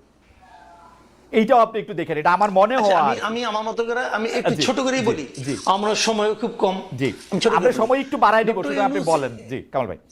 আচ্ছা, এই যে ডক্টর ইউনূসের যে কথাগুলো হাদিও বললেন, যে এই যে তালিকা করা, মৃতদের তালিকা করা, যারা শহীদ হয়েছে তাদের তালিকা করা, আহতদের তালিকা করা, তাদের দায়িত্ব নয়, এই বিষয়গুলো করা যে কোনো সরকারের পক্ষে 2 মাসের কাজ ভাই, জাস্ট 2 মাসের কাজ। কারণ সরকারের তো হাত সব জায়গায় আছে, সরকারের সংস্থা একদম গ্রাম পর্যায়ে পর্যন্ত আমাদের দেশে আছে। এটা সংগ্রহ করা, চেক করা, রিচেক করা, এটা কোনো ব্যাপার না। তাহলে তো ওনারা করলেন না কেন? করলেন না দুটো কারণে আমি বলি আপনাকে। প্রথম কারণ হলো, আমি শুরুর থেকেই বলছি, এটা একটা নন সিরিয়াস টাইপের গভর্নমেন্ট। একটা সরকারের যে দায়িত্বটা থাকে, যখন একটা পলিটিক্যাল গভর্নমেন্ট থাকে না, তাদের জনগণের কাছে অনেকগুলো কমিটমেন্ট থাকে, এদের কোনো কমিটমেন্ট নাই। এটা এক নম্বর। যদি কোনো বিপ্লবী সরকার হয়, তারও একটা কিন্তু কমিটমেন্ট থাকে, এটা তার বিবেকের কাছে একটা কমিটমেন্ট থাকে, যে আমাকে এই লোকগুলো নিজের জীবন দেয়া আমাকে এখানে বসাইছে, অতএব এই কাজগুলো আমার করার দায়িত্ব। এই ধরনের কোনো কমিটমেন্ট এদের নাই। আমি হাদিকে বলি, যেমন হাদির কথা বলি, হাদি তো রাজপথের অকুতোভয় সৈনিক ছিলেন। তখন হাদি, মনে করেন হাদি তখন আন্দোলন করতেছে, আপনি হাদিকে যাই নিয়ে 3 তারিখে যে বলেন, হাদি আন্দোলন ঠিকঠাক মতো করো, যদি তুমি জিততে পারো তাহলে কিন্তু আমি নূরজাহান বেগমকে স্বাস্থ্য উপদেষ্টা বানাবো। হাদি কি করতো ভাই? হাদি করতো, হাদির রিয়াকশনটা কি হতো আপনি বলেন? তো এখন এই তো হয়েছে, ও আন্দোলনে বিজয়ী হয়েছে, নূরজাহান বেগমকে উপদেষ্টা বানাইছেন। কে বানাইছে? ডক্টর ইউনূস বানাইছে। কেন বানাইছে? দেশের স্বাস্থ্য ব্যবস্থা উন্নত করার জন্য বানাইছে, নাকি এই ভদ্র মহিলাকে উনি এত বছর ধরে চিনে, ঠিক আছে বয়স্ক হয়ে গেছে, গৃহবধূ ঘরে থাকে, এখন নাতি নাতি নিয়ে থাকে, তার সঙ্গে পরিচয় আছে, আইনে বসাই দিছে? এটা কি একটা সরকার প্রধানের দায়িত্ব? এটা কি একটা সরকার প্রধানের কাজ হতে পারে? পারে না। দেখেন, কামাল ভাই একটা ছোট করে একটু জিনিস জানবো। ডক্টর ইউনূস যেহেতু কাউকেই চিনে না, নানা জায়গা থেকে নানা উপদেষ্টা আছে, উনার তো একটা নিজের লোক দরকার, যে উপদেষ্টা পরিষদে কে কি বলে আমার কাছে এসে একটু বলবা। সকল ধরনের সিইওরা তো এরকম করে একটা লোক লাগায় রাখে, ওই বোর্ড মিটিং এ কে কি বলে, ওরকম সমস্যাটার কথা আমি বলি, এটা লাগবে না। উনি কিন্তু চেষ্টা করেন তা না, উনি আসলে বাংলাদেশের মানুষকে চিনে না। This is the tragedy. উনি এই দেশের মানুষকে চেনে না, উনি এই দেশের মানুষের ক্যারেক্টার বুঝে না, এই দেশের মানুষ কত দ্রুত ভালোবাসতে পারে, কত বিপুল পরিমাণ ভালোবাসতে পারে, এবং কত দ্রুত ত্যাগ করতে পারে, এই জিনিসটা ওনার জানা নাই। উনি আপনি হিসাব করে দেখেন না ভাই, পূর্ববর্তী 30 বছর 40 বছর উনি দেশে থাকছে কয়েছেন, বাইরে থাকছে কয়দিন, দেশের সাংবাদিকদের ইন্টারভিউ দিচ্ছে কয়দিন, বাইরের সাংবাদিকদের ইন্টারভিউ দিচ্ছে কয়দিন, দেখেন না ভাই, দেখলেই তো হয়। যে ওই প্রসঙ্গে আমি যাচ্ছি না, আমি মূল পয়েন্টে আসি। ওনার সমালোচনা করে আমার কোনো লাভ নাই, যা পাইছি তাই তো পাইছি। আমার কথাটা হলো কি, যে আপনার এই যে তালিকাটা দেখেন, এটা ছিল সবচেয়ে ফরজ কাজ। এটা নিয়ে কিন্তু ছাত্ররা বলছে, এদের চিকিৎসা নিয়ে ছাত্ররা বলছে। এবং অগাস্ট মাসের, আমার যতদূর মনে পড়ে, অগাস্টের 16 কি 17 তারিখের দিকে আমি একটা টক শোতে ছিলাম, সেখানে হাসনাত আব্দুল্লাহ ছিল। ও স্টেট বলছে এদের চিকিৎসা হচ্ছে না কেন, সে স্বাস্থ্য উপদেষ্টাকে দায়ী করছে। ওরা কিন্তু বলেছে, এই স্টুডেন্টরা সবাই বলতেছে, উনি পাত্তা দিচ্ছে না। স্টুডেন্টদের হয়েছে কি বিপদটা কোথায়? এদের বিপদটা হয়েছে, তারা সরাসরি স্টুডেন্ট এই বিষয়ে কিছু বলতেও পারতেছে না, কারণ এরা তো ওকে আনছে, বলতে পারছে না। তো কিন্তু কাজটা তো হচ্ছে না। এই যাবৎকালে শহীদদের তালিকা নিয়ে, আমি বলি আপনাকে, দেন আমি আগে বলছি ভাই, আমি কিন্তু কোনো দল করি না। শহীদদের তালিকা নিয়ে সবচেয়ে বড় কাজটা কে করছে জানেন? জামাতে ইসলামী করছে। জামাতে ইসলামীকে তালিকা করছে, এবং সেই তালিকাতে ওরা 10টা খণ্ডের বই করছে, 10 খণ্ডের বই। সেখানে তারা দেখাইছে যে কে মারা গেছে, কবে মারা গেছে, তার আইডি কার্ড সহ, তার ফ্যামিলির বিবরণ সহ, ফ্যামিলিতে কে কে আছে না আছে ডিটেইল আছে। এই কাজটা জামাত করছে, আর কেউ করে নাই। তো জামাত একটা পলিটিক্যাল পার্টি যদি করতে পারে, গভর্নমেন্ট পারলো না কেন? জামাত চেয়েছে তাই করেছে, সরকার চায় নাই তাই করে নাই। ওকে, দিস ইজ দ্য পয়েন্ট, আর কিছু না। আমি তো দায়িত্ব নিয়ে বলছি, এই সরকারের উপদেষ্টা পরিষদে যত লোক আছে, এর মধ্যে 80% লোকের এই আন্দোলনের সঙ্গে, এই গণ অভ্যুত্থানের সঙ্গে শারীরিক, মানসিক, আর্থিক, বুদ্ধিভিত্তিক কোন ধরনের সংশ্লিষ্টতা ছিল না। তারা শুধু তাদেরকে ব্যবহারই করছে। এবং আমার কাছে মনে হয় অনেকটা এনজিও সিস্টেমের মতো, এনজিওর কাজ হচ্ছে প্রবলেম জিয়ায় রাখা, তারা এরকম একটা কিছু করতে চাইছে বলেও আমার কাছে মনে হচ্ছে এনজিওর মতো। কিন্তু আপনার কাছে আমি একটু দর্শকের একটা মন্তব্য আপনার উদ্দেশ্যে, এটা একটু আমি করে রেখে একটু জনাব হাদির কাছে যাই। জনাব আল মামুন তিনি বলছেন, কামাল সাহেবকে জিজ্ঞেস করেন তিনি ওই দিন বললেন যে যারা ডিবি অফিসের ভাত খেয়ে আন্দোলন প্রত্যাহার করে তারা এখন বড় নেতা, এটার ব্যাখ্যা দিলে ভালো হয়। আমরা আসছি কামাল ভাই আপনার কাছে। আমি একটু জনাব হাদি আপনার কাছে একটু প্রশ্ন করে যে আপনি প্রায় দাবি করছেন যে গণহত্যার বিচারের আগে কোনো নির্বাচন না, বিচার দ্রুত করার দাবিও তুলছেন, কিন্তু বিচারের ক্ষেত্রে তো টেকনিক্যালি সরকারের হাত থাকার কথা না। মানে আমরা তো ওই রকম ভাবে শেখ হাসিনা সরকারের মতো ট্রাইব্যুনালের নিয়ন্ত্রণ করবো ওরকম বিচার আমরা চাই না। বিচার প্রক্রিয়াকে আইন কানুন মেনে এগোতে হবে। তো সেই ক্ষেত্রে আপনারা বিচারের কতটুকু অগ্রগতি চান, বা সরকার বিচারটাকে কিভাবে তাড়াতাড়ি করবে সেইটা যদি আপনি বলেন, বা নির্বাচন কমিশন কিভাবে করবে? ওকে খালিদ ভাই, এখানে আমরা যেটা খুবই স্পেসিফিকলি বলেছি, যেহেতু এখন দেশ ভোটের ট্রেনে উঠে গেছে, এখানে আমরা খুবই ফাইনালি একদম বলেছি যে বিচার তো একটা লম্বা প্রক্রিয়া। এখন দেখেন বাংলাদেশের বাস্তবতা হলো, দেখেন এই যে আপনি রাজনৈতিক দলগুলোর কথা বললেন, ইভেন এই সরকারের সমালোচনার ক্ষেত্রেও যেটা বাংলাদেশের রাজনৈতিক দলগুলোর সমস্যা হলো, তারা প্রেস ব্রিফিং করে প্রধান উপদেষ্টা অন্যান্যদের সাথে সামনে এসে বলে আমরা তো কোনো নির্বাচনের ভালো রোডম্যাপ পেলাম না। কিন্তু যারা যখন প্রধান উপদেষ্টা বা অন্যান্য উপদেষ্টাদের সাথে বসে, তখন একদল বলে আমার পেট্রো বাংলা লাগবে, আরেক দল বলে আমার অমুক ইউনিভার্সিটির ভিসি লাগবে, আরেক দল বলে আমার স্থানীয় সরকারের সচিব লাগবে। এই ভাগ বাটোয়ারা পরে যখন তার মন মতো হয় না, তখন বাইরে গিয়ে প্রেসার দেয়। মুশকিল হলো তারা এই সরকারকে সামনে রাখা তারা সবাই নিজের মতো আকার গুছাই নিতেছে, কিন্তু ফেল করলে সরকার লাভ হইলো, বিএনপির লাভ হইলো, জামাতের লাভ হইলো, এনসিপির, কিন্তু ফেল করলে কে সরকার করবে। নাম্বার 2, গত 4 বছরে খালেদ ভাই আপনি একটা খুবই জিনিস ভালো করে নোটিস করছেন, যে গত 4 মাস ধরে আপনি দেখবেন যে ইউনূস সাহেবের সেই স্পিরিট, সেই ভোকাল নাই। উনি মনে হচ্ছে যেন কোন একটা আপোষের মধ্য দিয়ে যাচ্ছেন, রাইট? এটা তো সত্য কথা। ওনাকে আমরা বলেছি যে দেখেন লন্ডন বৈঠকের পর, আপনার আলোচনায় বোঝা যায় আপনি, হ্যাঁ লন্ডন বৈঠকের পরে বোঝা যাচ্ছে যে আপনি আর্টিফিশিয়াল কথা বলেন, আপনি আনস্ক্রিপ্টেড বলতেন, আপনি স্ক্রিপ্ট দেখে দেখে বলেন। এর একটা বড় কারণ, ঝামেলাটা হলো এই সরকার মনে করেছিল ইউনূস সাহেব যে এনসিপির যে ভাইরা আছে তারাই হলো তার ভ্যানগার্ড, একমাত্র ছাত্র জনতা, তার চারপাশে একটা লেয়ার তৈরি করা হয়েছে।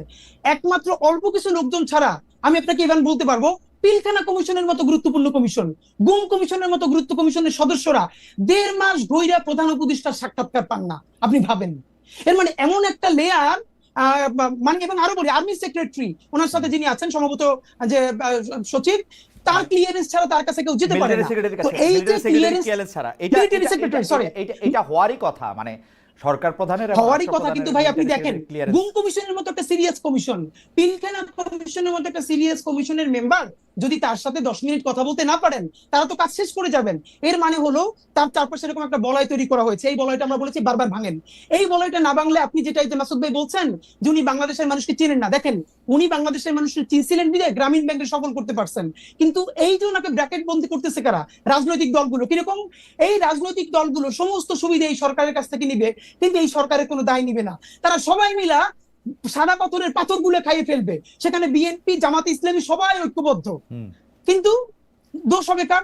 এই সরকার পারে নাই। কিন্তু দেখেন যখন বন পরিবেশ উপদেষ্টারে যারা ঘেরাও দিছে, সেখানে বিএনপি আছে, সেখানে জামাত ইসলাম আছে, সবাই মিলা আমরা একসাথে। আজকে একটা মজার ব্যাপার বলি ভাই, এই যে পত্রিকা নিউজ করছে যে রাজনৈতিক ঐক্যমত্যে সাদা পাথর লুটপাটের ক্ষেত্রে বাংলাদেশের সব রাজনৈতিক দল বিরাট এনসিপি ছিল হাদি, এনসিপি তো নতুন দল, এনসিপি তো করে নাই এখন, জামাত বিএনপি জাতীয় পার্টি মিলা, জামাত বিএনপি জাতীয় পার্টি মিলা করছে, তারা মিলে এই লুটপাটটা করতে চাইতেছে। এখন আমাদের যেটা মুশকিল, আমরা ভাই নির্বাচনের আগে কি চাইতেছি?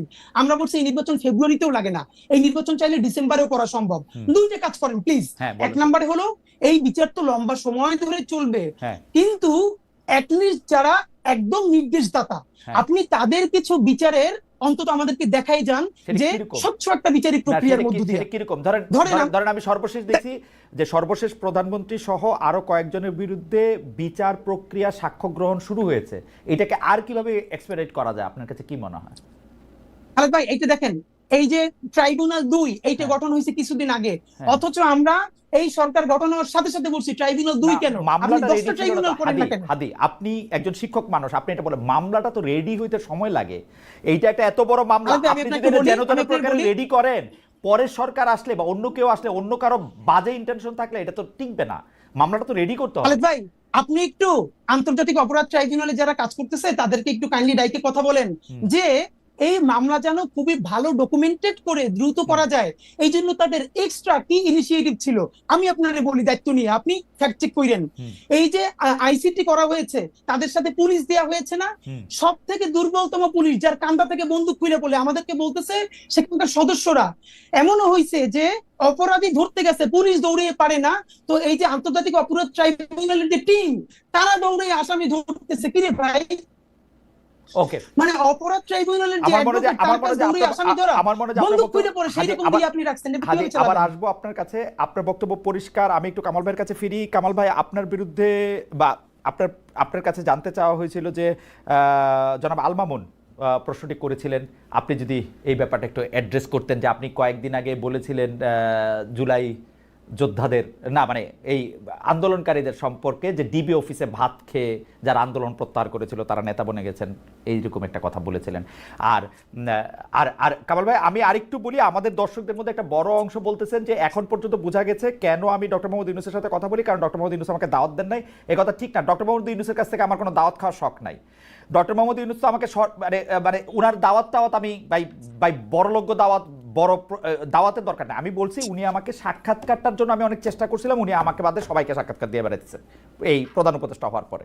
দাওয়াতের আমার দরকার নাই ভাই, দাওয়াত শব্দটা আমি ভুল কইছি। ডক্টর মোহাম্মদ ইউনূস ওই হাদিরে, কামাল ভাইরে, এদেরকে দাওয়াত দেন, আরো লোকদের দাওয়াত দেন, আমারে দাওয়াত না দিলেও চলবে। আম গুড। কামাল ভাই, আপনি যদি একটু বলতেন যে এই আপনি বলছেন যে যারা ডিবি অফিসে খাওয়া দাওয়া করে নেতা বনে গেছে, এইটার ব্যাখ্যা চাইছে আপনার কাছে। কামাল ভাইকে আমরা শুনতে পাচ্ছি না কোনো কারণে। কামাল ভাই কি, মানে কামাল ভাই বলছেন কিন্তু শুনতে পাচ্ছি না। জি কামাল ভাই, আপনি কি শুনতে পাচ্ছেন?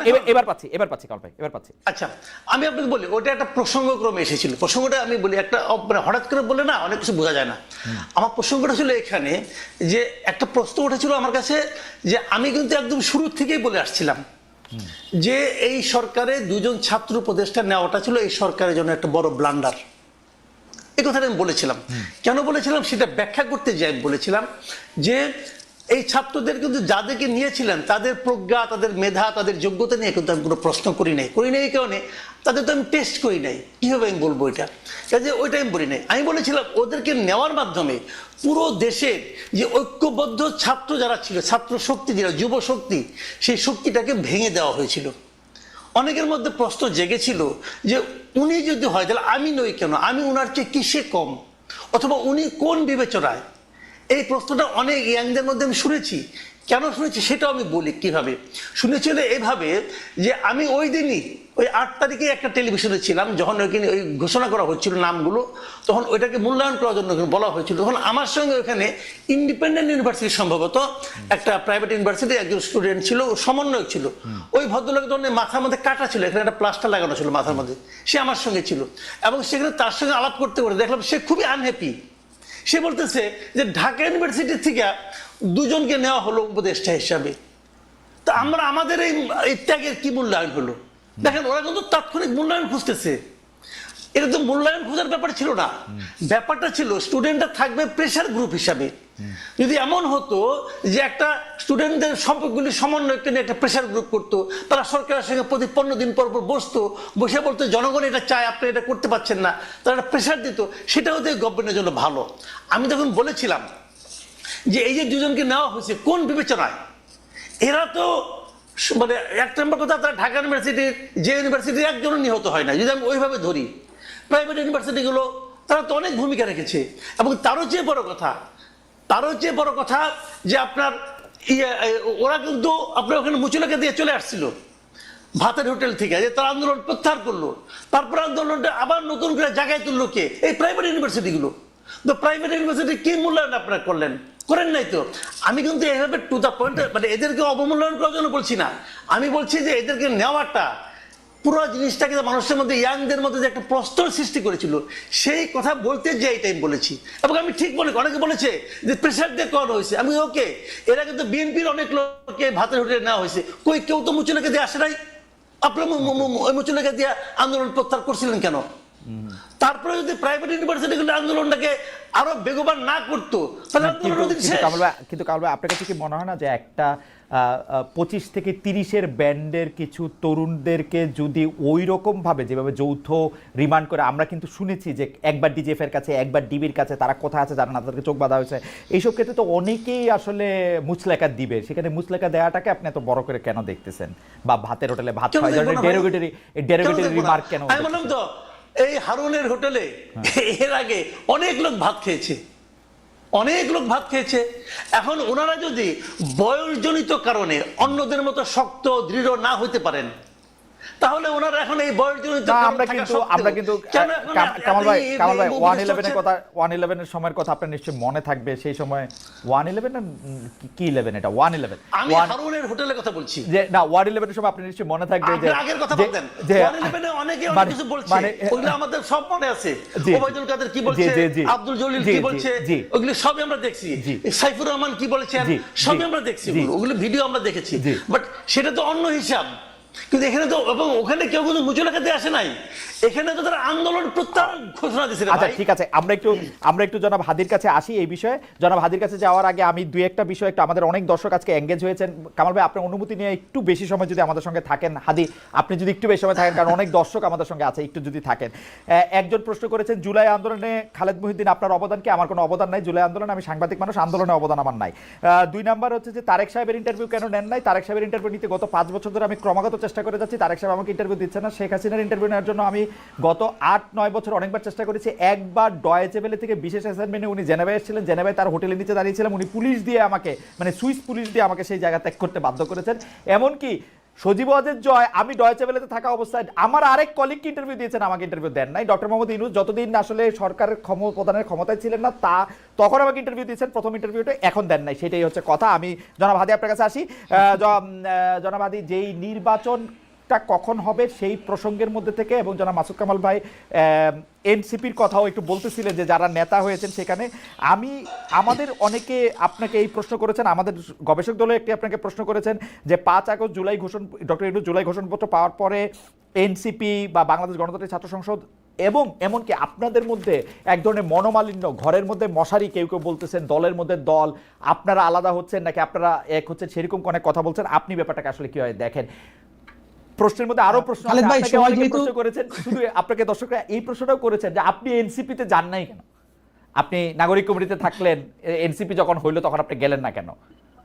আচ্ছা, এটা আমি বলতেছি, এটা আমি ফেসবুকে অনেক আগে ক্লিয়ার করছি, তারপর আমি আপনাকে একটু বলি। যেহেতু প্রশ্নটা আসে না, আমি ভাবছি আপনি হয়তো প্রশ্নটা পড়বেন, তা আমি একটু আপনার মাধ্যমে মাসুদ ভাইকে একটু কাইন্ডলি প্রশ্ন করে রাখতে চাই। আমি পুরোটা দেখি নাই, বাট যেহেতু ইউটিউবে প্রচুর ছড়াচ্ছে, থাম্বনেল দেখে দেখেছি যে মাসুদ ভাই বলেছেন যে আসলে আওয়ামী লীগ ছাড়া এই নির্বাচন ইনক্লুসিভ হবে না। এটা আমার সর্বশেষ প্রশ্ন কামাল ভাইয়ের জন্য, এটা সর্বশেষ প্রশ্ন। কামাল ভাই এটা মনে করেন কিনা? ঠিক আছে ঠিক আছে ঠিক আছে, এটা আমার অবশ্যই প্রশ্ন যে কামাল ভাই এটা মনে করেন কিনা। জি রাইট, আপনি যদি আপনি বলেন। নাম্বার 2 হলো এইখানে ভাই একটা ব্যাপার, যে মুচলেকা দেওয়ার যে কথাটা বললেন না মাসুদ কামাল ভাই, যে ওরা কেন মুচলেকা দিল, একটা ব্যাপার হলো দেখেন, এই গণ অভ্যুত্থানের পরে আমাদের সাথে যারা উপদেষ্টা হয়েছে, বিভিন্ন আন্দোলন করছে, এদের ব্যাপারে যখন যেটা দেখেছি আমরা সমালোচনা করেছি। কিন্তু একটা ব্যাপার দেখেন খালেদ ভাই, আমারে আজকে আপনারা যত বিপ্লবী মুভি দেখেন, যাই দেখেন, আমি নাহিদের 1000টা সমালোচনা করছি, নাহিদের করছি, অন্যদের করতেই থাকবো। কিন্তু এরপর আমি যেটুকুনি অ্যাড্রেস করব, যদি এই ফ্যাসিবাদের পতন না হইতো, তাইলে যদি প্রথম কারো ফাঁসি হইতো, সেই ফাঁসিটা নাহিদের হইতো, আমার ওয়াকার সাহেবের হইতো, ওয়াকার সাহেবের হয়তো সেটা কি ওয়াকার সাহেবের আগে হইতো না নাহিদ সাহেবের আগে হইতো? এটা নিয়ে আমার ডাউট আছে, কারণ আমার কাছে মনে হয় যে শেখ হাসিনার পুরা দায়টা ওয়াকার সাহেবের দেয়। উনি মনে করেন না নাহিদ সাহেব এত বড় বিপ্লবী, উনি মনে করে ওয়াকার সাহেব বেইমান করছে। আপনি বয়ানটা দেখেন কিন্তু। আচ্ছা ওকে, সেটা যেটাই হোক, কিন্তু সিভিলিয়ানদের মধ্যে, কারণ নাহিদ যেদিন 3 দফা মানে 1 দফায় ঘোষণা করেছে, সেদিন কিন্তু তার মৃত্যুর পরোয়ানা মানে সে স্বাক্ষর করেছে। এখন এখানে ব্যাপার মুচলেকা দেওয়ার ব্যাপারটা মাসুদ ভাই কেন রিলেট করতে পারবে না, আমি আপনাকে বলি। এর কারণ হলো মাসুদ ভাই এর উত্তরটা একটু আগে বলছে, আপনাকে বললো না যে ওনাকে আওয়ামী লীগের সময়ও ডিজিএফআই থেকে 2-3 বার চা খাইতে ডাকছে, তো উনি যান নাই, কিন্তু কিছু হয় নাই। এর মানে হইলো ডিজিএফআই আসলে অত খারাপ না, আমরা যারা খারাপ মানুষ ছিলাম এদেরকে ডিজিএফআই আয়নাগর দিয়ে হেদায়েত করে ফেলছে। কিন্তু মাসুদ ভাই ভাবেন, ডিজিএফআই চা খাইতে ডাকতেছে আর মাসুদ ভাই যাইতেছে না, তাও ডিজিএফআই এর কিছু বলতেছে না। আমি আপনাকে কিছু ছোট স্মরণ করে দিই। নুরুল কবির ভাই, আমি আমার অনুষ্ঠানে অন্য কোনো কথা, যেটা আমি দায়িত্ব নিয়ে করছি, নুরুল কবির ভাই আমার অনুষ্ঠানে গিয়া ডিজিএফআই রে শেখ হাসিনা রে মানে ইন্ডিপেন্ডেন্ট টেলিভিশন অনুষ্ঠানে এমন কথা বলছে যেগুলো আমি এখন মুখ দিয়ে কইতে পারবো না। ওই কথা বলার পর খালেদ ভাই, তাই আমি কবির ভাইদের একটা আলাদা আপনাদের অবস্থান মনে ছিল, করাই মাসুদ দিই। কামাল ভাইদের একটা আলাদা অবস্থান অবশ্যই। ছিল, যেটার জন্য এত দেখেন সহজ না আসলে কিন্তু। কামাল ভাইয়ের শুধু মনে করাই দিয়ে যে উনি নাহিদের শরীরের দাগ দেখছেন কিনা, Okay. ওনার সন্তান যদি হইতো বা ভাই সারা শরীরের কি অবস্থা, কোনো মানুষ সুস্থ থাকতে পারবে? নাহিদের হাজারটা সমালোচনা আমি করি, কিন্তু ভাই নাহিদের শরীরের দাগ কি দেখা যায়? না তো ঠিক আছে, এইটা হলো একটা প্রশ্ন, ঠিক আছে। সুতরাং মুসলিমের উত্তর পাবেন। নাম্বার 2, জি এই সরকারের ভাই বললো না যে ভাই দেখেন আমি নিজেও বলি এই সরকারে যারা উপদেষ্টা হয়েছে ছাত্রদের, প্রথম হলো কে কে হয়েছে এই প্রশ্নটা পরে। এখন ধরেন আমাদের প্রাইভেট বিশ্ববিদ্যালয়কে আমি বলি, আমরা বলি এই আন্দোলনের বাঁশের কেল্লা। ঢাকা বিশ্ববিদ্যালয় যখন একদম মুক্ত হয়ে গেছে, পুরো আন্দোলন মরে গেছে, তখন এই আন্দোলনকে নতুন করে জীবন দিয়েছে, বাঁচিয়ে রেখেছে প্রাইভেট বিশ্ববিদ্যালয়। কারণ আমার বাসা রামপুরে, আমি আন্দোলনের শুরু থেকে শেষ পর্যন্ত ব্র্যাকের সামনে, ইস্ট ওয়েস্টের সামনে এই পুরো ঘটনার সাক্ষী যে কি হয়েছে। সুতরাং এখন কথা হলো ভাই, ধরেন 10 জন উপদেষ্টা নিবে ছাত্রদের মধ্য থেকে, তাইলেও কি সকল প্রাইভেট বিশ্ববিদ্যালয় থেকে একজন করে নেওয়া সম্ভব? বাকি যে হাজার হাজার হবে না, সেও তো প্রশ্ন তুলবে, এটা কোনো প্রক্রিয়া না। কিন্তু আমরা বরং যেটা করতে চাই, এই যে 2 জন ছাত্র উপদেষ্টা হইলো, এখানে তো 2 জন নেওয়া ঠিক হয় না। এই সরকারের একমাত্র বৈধতা এই ছাত্র উপদেষ্টারা তাদের সাথে আছে। কারণ যখনই তারা চাপে পড়ে কোনো অকাজ কইরা, তখন বলে আমাদের সাথে ছাত্ররা আছে। কিন্তু ছাত্ররা যে দাবি জানায় সেগুলো সে ডক্টর ইউনূস সাহেব একটাও বাস্তবায়ন করে না, ক্যাবিনেটে বাস্তবায়ন করে না। কেন করে না? কারণ এই ক্যাবিনেটের অনেকজন উপদেষ্টা ইতিমধ্যে বিভিন্ন রাজনৈতিক দলের সাথে নেগোসিয়েশন করছে। আমার কিন্তু তাই মনে হয় যে আপনি কি সেটা বলেন যে 7 জন উপদেষ্টাই বা 10 জন উপদেষ্টাই ছাত্রদের থেকে নেওয়া উচিত ছিল? এই আমি মনে করি করা 3 উচিত হয় ভাগের নাই? ন্যূনতম 1 ভাগ, 3 ভাগের ন্যূনতম 1 ভাগ ছাত্রদের মধ্য থেকে নেওয়া উচিত ছিল, মানে এবং 22 এখান থেকে জনের, অবশ্যই না, প্রাইভেট আমি কি হিসাব করি বিশ্ববিদ্যালয় থেকে 22 নেওয়া জনের উচিত ছিল। 3 ভাগের 1 ভাগ, মানে আপনি 8 জনের কথা বলতেছেন যে ছাত্র 8 জন অন্তত। এবং আমরা সেখানে প্রেস ব্রিফ করে বলেছি এইখান থেকে প্রাইভেট বিশ্ববিদ্যালয় থেকে নিতে হবে মিনিমাম 2 জন। আমাদের নারীরা যদি না নামতো, জীবনে জুলাই সফল হতো না। একজন কই নারী শিক্ষার্থী কই? এই আমরা বলেছিলাম, তখন আমাদেরকে বলে যে নারীরও এক্সপার্টিস আছে কিনা। তখন আমি প্রশ্ন করছি, এই যে উপদেষ্টাদের মধ্যে মিনিমাম 5 জনের নাম বলতে পারবো যাদের কোনো এক্সপার্টিস নাই, তাদেরকে যদি রাষ্ট্র পালতে পারে, তাহলে আমাদের 2টা বোন এই সমস্ত নারীদের মধ্য থেকে, ছাত্রীদের মধ্য থেকে উপদেষ্টা হইলে আমরা ইনক্লুসিভ ফিল করতাম না, ইনক্লুডেড ফিল করতাম না?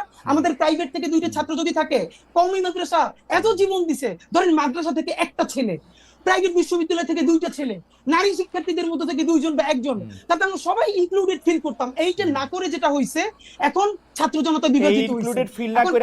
ইনক্লুডেড ফিল না কইরা জনাব মাহফুজ, জনাব নাহিদ, জনাব আসিফ উপদেষ্টা পরিষদে গেলেন কেন? এবং ডক্টর ইউনূস যখন ক্লিনটন ফাউন্ডেশনে মাহফুজ সাহেবকে পরিচয় করে দিচ্ছেন, উনি হচ্ছেন এই আন্দোলনের মাস্টার মাইন্ড, যখন শফিক সাহেব বলতেছেন যে এই আন্দোলনের পিছনে ছিল হচ্ছে এই যা, তখন ওনারা খুব আরাম করে মৃদু মৃদু হেসে এটা উপভোগ করতেছিলেন কেন? উনারা কেন বললেন না যে আমাদের ভাই বোনরা না আসা পর্যন্ত আমরা থাকবো না এখানে? দেখেন, এই জন্যই বলছিলাম যে মাহফুজ আলমের ব্যাপারে আমরা একটা পরামর্শ দিয়েছিলাম, এইটা কিছুদিন আমার মনে হয় বাস্তবায়ন হয়েছে। যেমন আমি বলছিলাম ওনার হাত থেকে ফোন কাইডে নেওয়া হোক, উনি যখন পোস্ট করতে চাইবেন এটা প্রধান উপদেষ্টা দেখে পোস্টটা দিয়ে দিবেন। এরপর উনি অনেকদিন চুপচাপ ছিল, এরপর সরকার কিছুটা নিরিবিলিও ছিল। তো এখন আমাদেরকে যদি এগুলাই চলান লাগে, তাহলে ভাই আমরা দেশ চালাই। আচ্ছা ঠিক আছে, এগুলি বাদ দেন। আসলে আমরা এখানে মাহফুজ সাহেব নাই, আপনি যদি এইটা বলেন আপনি এনসিপি কেন করেন নাই? নাগরিক কমিটিতে আপনি ছিলেন, তারপরে আপনি এনসিপি তে কেন আসেন নাই? আমি ইনকিলাব একদম সোজা মঞ্চকে কথা যদি বলি, আমি আর 2 মিনিটের মধ্যে যদি আপনি বলেন যে ইনকিলাব মঞ্চটা আপনি আসলে কি দেখেন? এটা কি একটা প্রেসার গ্রুপ, এটা একটা মব চালানোর জিনিস, এটা কি আসলে কি বাইরে কি হইতে চায়? খালেদ ভাই, আপনি যে কাজটা করছেন, এটা হলো প্রতিবাদ জানাই। আপনি মব নিয়ে বলবেন তো, এই জন্য মবের উপর অনেক লেখাপড়া নিয়ে আসছিলাম, 3-4 পৃষ্ঠার এনসাইক্লোপিডিয়া থেকে শুরু কইরা সব নিয়ে আসছিলাম, আসলে কোনটার মব বলে। আপনার শুধু দায়িত্ব নিয়ে বলি, ইনকিলাব মঞ্চ গত 1 বছরে 100-এর উপরে রাজপথে প্রোগ্রাম করছে, সিরিয়াস প্রোগ্রাম। এর একটা প্রোগ্রামে ইনকিলাব মঞ্চ কোনোদিন কারো গায়ে হাত দেওয়া তো দূরের কথা, 1 টাকার জিনিস নষ্ট করছে। মব যেটাতে একাডেমিকলি বলে, প্রমাণ যদি দিতে পারেন তাহলে জীবনে আর কথা বলবো না। আমি আপনাকে কিন্তু এই না জনাব হাদি, আমি আপনাকে বলি, আমি কিন্তু আপনাকে ফলো করি, ইনকিলাব মঞ্চকে ফলো করি। আমি বলতেছি এটাকে আপনি কি বলতে চান, কারণ এক একটা তো এটা বাংলাদেশের জুলাই অভ্যুত্থান অনুপ্রাণিত বাংলাদেশপন্থী স্বাধীনতা সংগ্রামের টিকিয়ে রাখার জন্য একটি সাংস্কৃতিক প্ল্যাটফর্ম। যেই সংস্কৃতির আমরা মনে করি যারা আইন নিজের হাতে তুলে নেয়, আপনারা কি আইন যারা নিজের হাতে তুলে নেন তাদের বিরুদ্ধেও আপনারা প্রতিবাদ করেন? কারণ এইটাও এখন একটা বড় হাজারবার বলছি। রাইট, এটা নিয়েও যদি আপনি একটু বলেন। না মানে আপনি ঢাকা বিশ্ববিদ্যালয়ের এক শিক্ষার্থীকে একজন যে তিরস্কার করেছিল, তাকে শাহবাগ থানায় গ্রেফতার করা হলো। এরপর কেউ গিয়ে তাকে মুক্ত করার চেষ্টা করলো। আমরা তাদের বিরুদ্ধে সবথেকে বড় ভূমিকা নিয়েছি। আমরা বলেছি এইসব অসভ্যতা বন্ধ করতে হবে, এবং অবশ্যই যারা মব করতেছে এদের বিচার করতে হবে। কিন্তু ভাই, এই যে মব যেটা বলি, বাংলাদেশে এখন গুগল সার্চ করলে মব লাগলে খালি 1 বছরের নিউজ আসে। এই মব তো সন্ত্রাস শুরু হয়েছিল রাষ্ট্রীয় পৃষ্ঠপোষকতায় শাহবাগে। শাহবাগের সময় দেখেন কোথাও তো মব বলতেছে না, সেই মব কোথায় এটা আমরা খুঁজতে চাই। না না না না না, কেউ বলতেছে না, না বললেই কোনো কিছু মব না হয়ে অন্য কিছু হয়ে যায় না, এটা শফিক সাহেবের স্টাইল। মব না বলা সন্ত্রাস বলা, কিন্তু মব আসলে তাই। শাহবাগে একটা ইয়া তোলা হইতেছে, এই আইন বাতিল করে অন্য একটা আইন করতে হবে এটা করার জন্য, সেটা ঠিক আছে। আপনি কেন এনসিপি করেন না সেটা যদি এক লাইনে বলতেন, অনেক দর্শকের। আমি এনসিপি করি নাই ভাই, আমি জাতীয় নাগরিক কমিটির কেন্দ্রীয় সদস্য ছিলাম। যখন এটা পলিটিক্যাল ফরমেশনে যাবে তখন আমার মনে হয়েছে যে পলিটিক্যাল পার্টি জুলাই অভ্যুত্থান অনুপ্রাণিত অবশ্যই একটা লাগবে, কিন্তু সবাই যদি পলিটিক্সে যায়, দেখুন এখন আমাকে বিএনপি গালি দেয়, আবার বিএনপি আমার কথা পছন্দ করে, জামাত গালি দেয়, জামাতও পছন্দ করে, কারণ আমরা জুলাইয়ের একটা প্রেসার গ্রুপ হিসেবে সবাইকে একতাবদ্ধ রাখবার চেষ্টা করছি।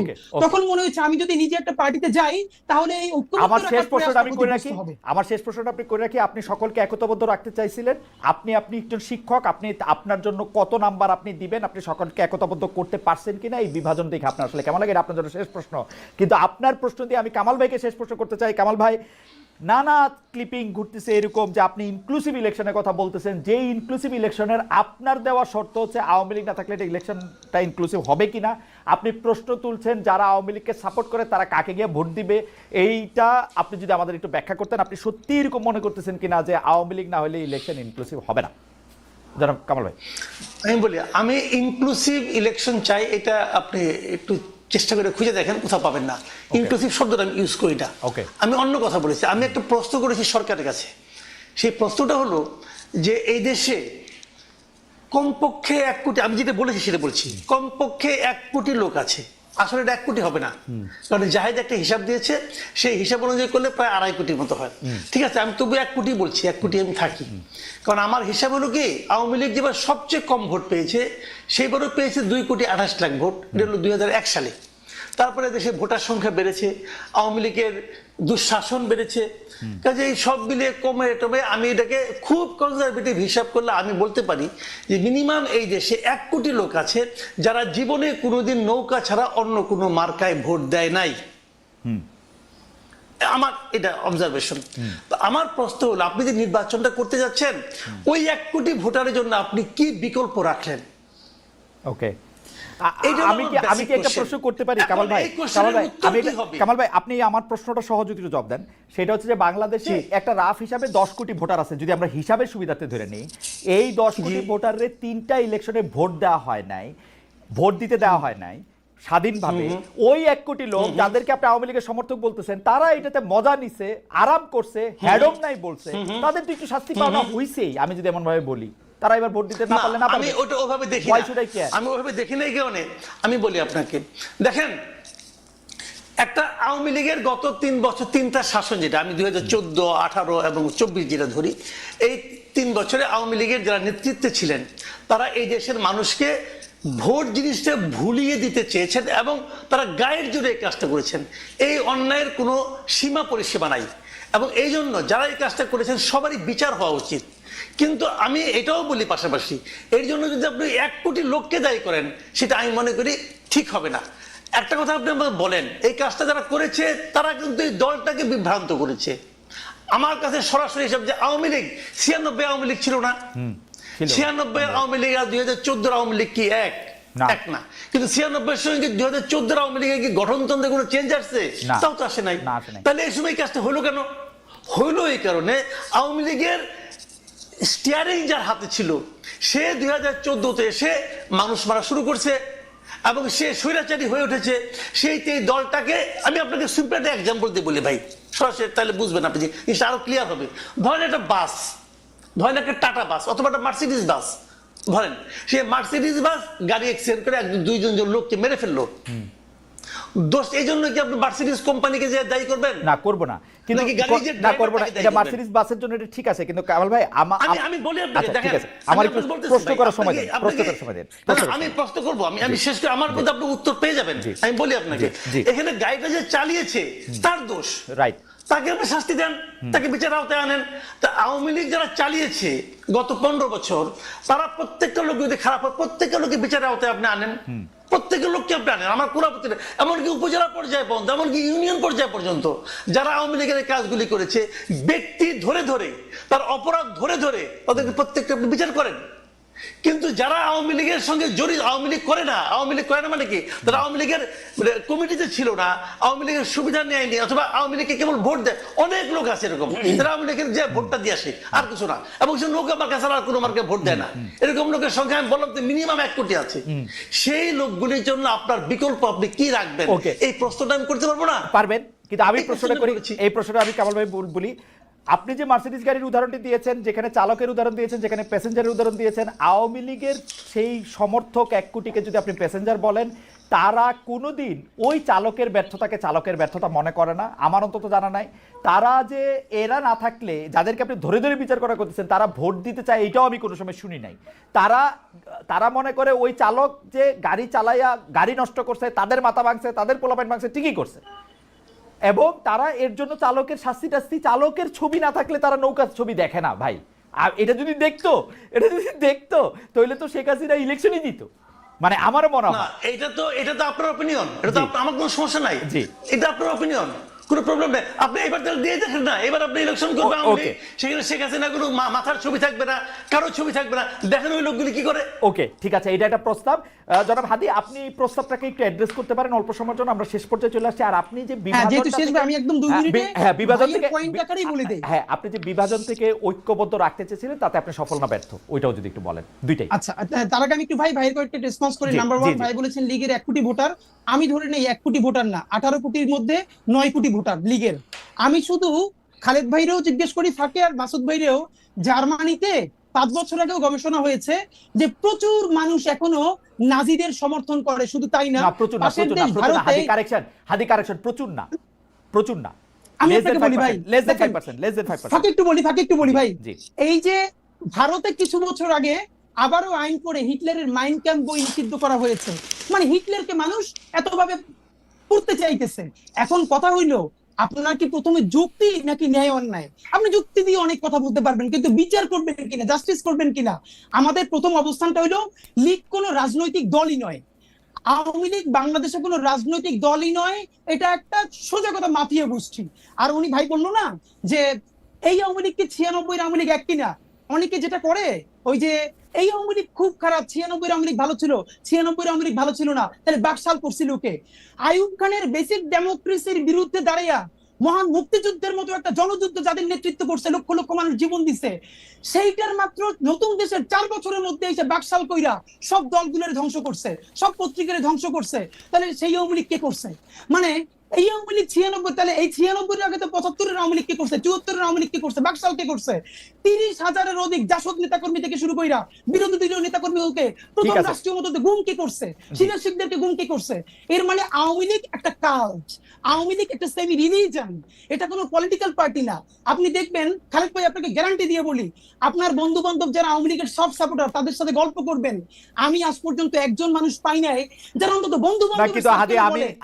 আমি আপনার সাথে আপনি মানে যে ধরেন যে বিভাজনের রেখার কথা আপনি বলতেছেন, কালি আওয়ামী লীগ করে বলে সেটাকে একটা কাল্ট বলতেছেন, এরপর আর কথা আগায় না, আপনি আওয়ামী লীগ কাল্ট বলাই, আপনি পরের কথায় যান। কারণ হচ্ছে যে এই কাল্টের রাজনীতি, এই কাল্টবাদী রাজনীতি আমি 15 বছর ধরে দেখে আসছি। আমি আওয়ামী লীগের কাছে কথা বলছি বলে আমি জামাত, আমার বাপ জামাত, উমুক শিবির, উমুক বিএনপি, এই কথা, এই কাল্টবাদী রাজনীতি আমি আর শুনতে, মানে আমার আর ভালো লাগে না। আপনি যারে যা করেন। ভাই একটা প্রশ্ন আপনাকে করছিল যে তাহলে আওয়ামী লীগ না থাকলে তাদের বিকল্পকে, আমি বাইরে হেল্প করি প্রশ্নটার উত্তর দিয়া, যে নৌকা মার্কা তো থাকবে না, তাহলে না এটা বলে না, এটা বলে না, কিন্তু আদি আপনি খেয়াল করেন না, আদি আপনি খেয়াল করেন উল্টা বলছে উনি বলছে না ভাই বলেছে 1 কোটি যে ভোটার, ওই ভোটাররা মূলত তাদের জন্য বিকল্প কি রাখছেন, এটা আমি বিকল্পের কথাও বলে না আসলে। উনি বলছে যে আমি যখন বললাম যে আওয়ামী লীগ যারা সাপোর্ট করে তারা প্যাসেঞ্জার হইলেও তারা ড্রাইভারের অ্যাক্সিডেন্টের জন্য ড্রাইভারকে দায়ী করে না।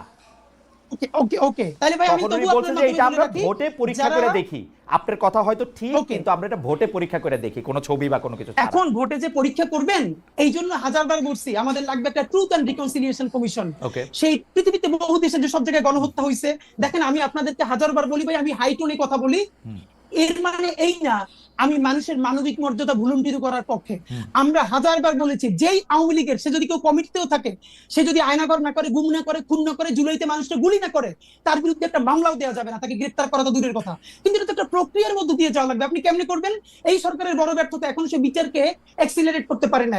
যত মানুষ আয়নাঘর করছে, গুম করছে, হত্যা করছে, পিলখানা করছে, শাপলা করছে, আপনি যদি তার বিচার করে ফেলতে পারেন, তাহলে বিচারের বাইরে যে সব আওয়ামী লীগ আছে সে তো ক্রিমিনাল অফেন্স করে নাই, তাহলে আপনি তার তওবা কমিশন করেন। বিচার করে ফেলতে পারবে না তো, বিচার করে ফেলতে হ্যাঁ। হাদি বিচার করে ফেলতে পারবে না তো এই সরকার। আসলে মানে প্রত্যেকটা জিনিস তো একটা মেকানিজম আছে, এখন এই হয়তো সরকার এটা পারুক, তৈরি পরের করতে পারে, সরকার পারুক, ভাই, হয়তো তৈরি করতে করতে পারে। হবে তো। হয় কি হাদি আপনার বক্তব্যের, আমি কিন্তু আপনার বক্তব্য বুঝতে পারি, কিন্তু অনেকে হয়তো আপনাকে ভুলও বুঝতে পারে। আপনি হয়তো এই বিচার করার মানে আপনি হয়তো দেখলেন আরো 500 নতুন মামলা হয়ে গেছে, ওই মামলা লয়ে একটা বাণিজ্য চলতেছে। না, এটা তো আমরা এটা হতে দিব না, এটা হতে দিব না। বাংলাদেশে আমরা এটা বলছি হইছে, না, কিন্তু কোনো- বাংলাদেশে এটা হইছে, কিন্তু হইছে ভাই, হইছে, এটা তো বাস্তবতা। এই যে 5ই আগস্টের পর থেকে তো অন্যান্য যেই গত 17 বছরে আওয়ামী লীগের যেই নেতা বিএনপির বিরুদ্ধে 20টা 30টা করে মামলা কইরা হ্যাঁ। ঘরবাড়ি সারা করছে, কোটি কোটি টাকা কামাই করছে, এখন বিএনপি আবার তাদের বিরুদ্ধে মামলা দিয়ে একই বাণিজ্য করে। আমরা তো এখান থেকে বের হইতে পারি না, তো আমরা Right. বলছি কি, ন্যূনতম বিচারটা যদি ভাই আপনি করতে পারেন, তাহলে এই মামলাকে বন্ধ করতে হবে।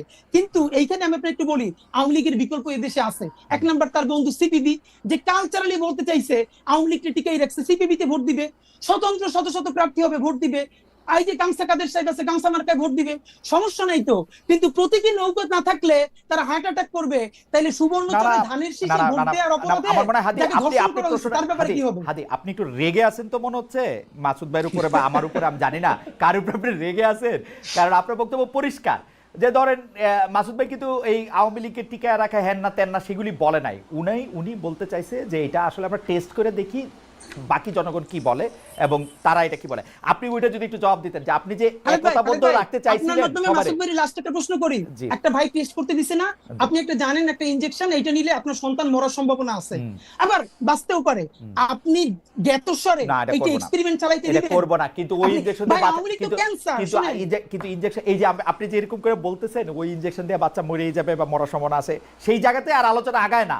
আপনার বক্তব্য ঠিক আছে, তাহলে আর আলোচনা দরকার নাই। মাসুদ কামাল বলছে আওয়ামী লীগ, মাসুদ কামাল ভাই বলছে আপনি মাইনা নেন মাসুদ কামাল ভাই খারাপ লোক, এজন্য আওয়ামী লীগের দোষর হয়েছে, এজন্য এটা বললেন।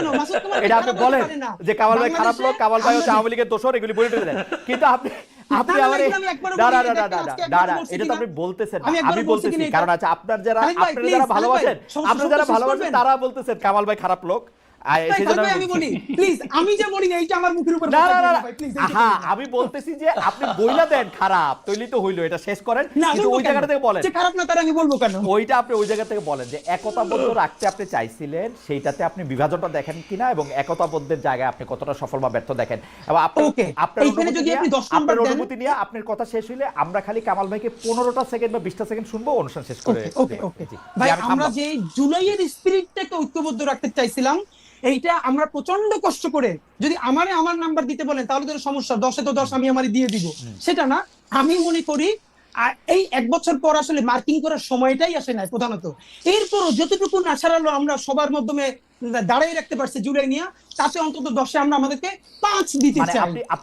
আপনি বিভাজনটা ঠেকাইতে পারছেন কিনা, আপনার মার্ক দেয়া আপনার উদ্দেশ্য ছিল সেটা আমি জানি, বিভাজন ঠেকাইতে পারছেন কিনা, মানে আমরা অনেক জায়গায় বিভাজন ঠেকাইতে পারছি, আমরা অনেক জায়গায় বিভাজন ঠেকাইতে পারছি। ওকে কামাল ভাই আপনি যদি একটু 20 সেকেন্ড যদি একটু বলেন, শেষ করে দেন আর কি।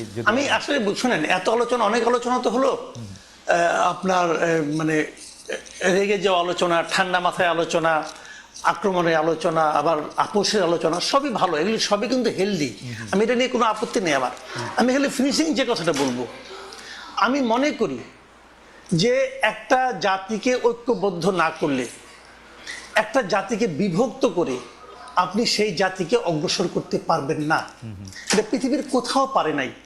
আওয়ামী লীগের 15 বছরে আমরা দেখেছি আওয়ামী লীগ জাতিটাকে বিভক্ত করে ফেলেছিল, মুক্তিযুদ্ধ, চেতনা, এই সমস্ত কথা বলে জাতিটাকে বিভক্ত করেছিল।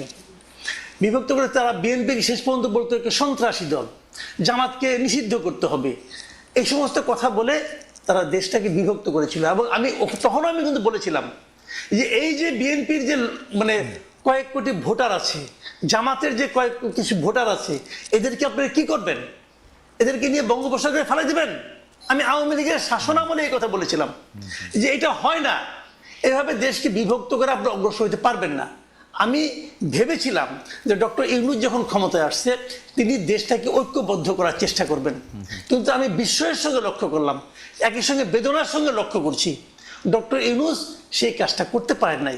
বরঞ্চ যে কাজটা করতে আওয়ামী লীগের 15 বছর লাগছে সেটা ডক্টর ইউনূস 15 মাসের আগেই করে ফেলেছে। এবং এবং এবং এই জুলাই আন্দোলনকারীদের মধ্যেও থেকে অনেক দ্বিধা, অনেক বিভক্তি তৈরি করছে। হাদি, আপনিও একটু 20 সেকেন্ড বলেন, কারণ আমরা কামাল ভাইকে দিয়ে শুরু করছিলাম, আপনাকে দিয়ে শেষ করি।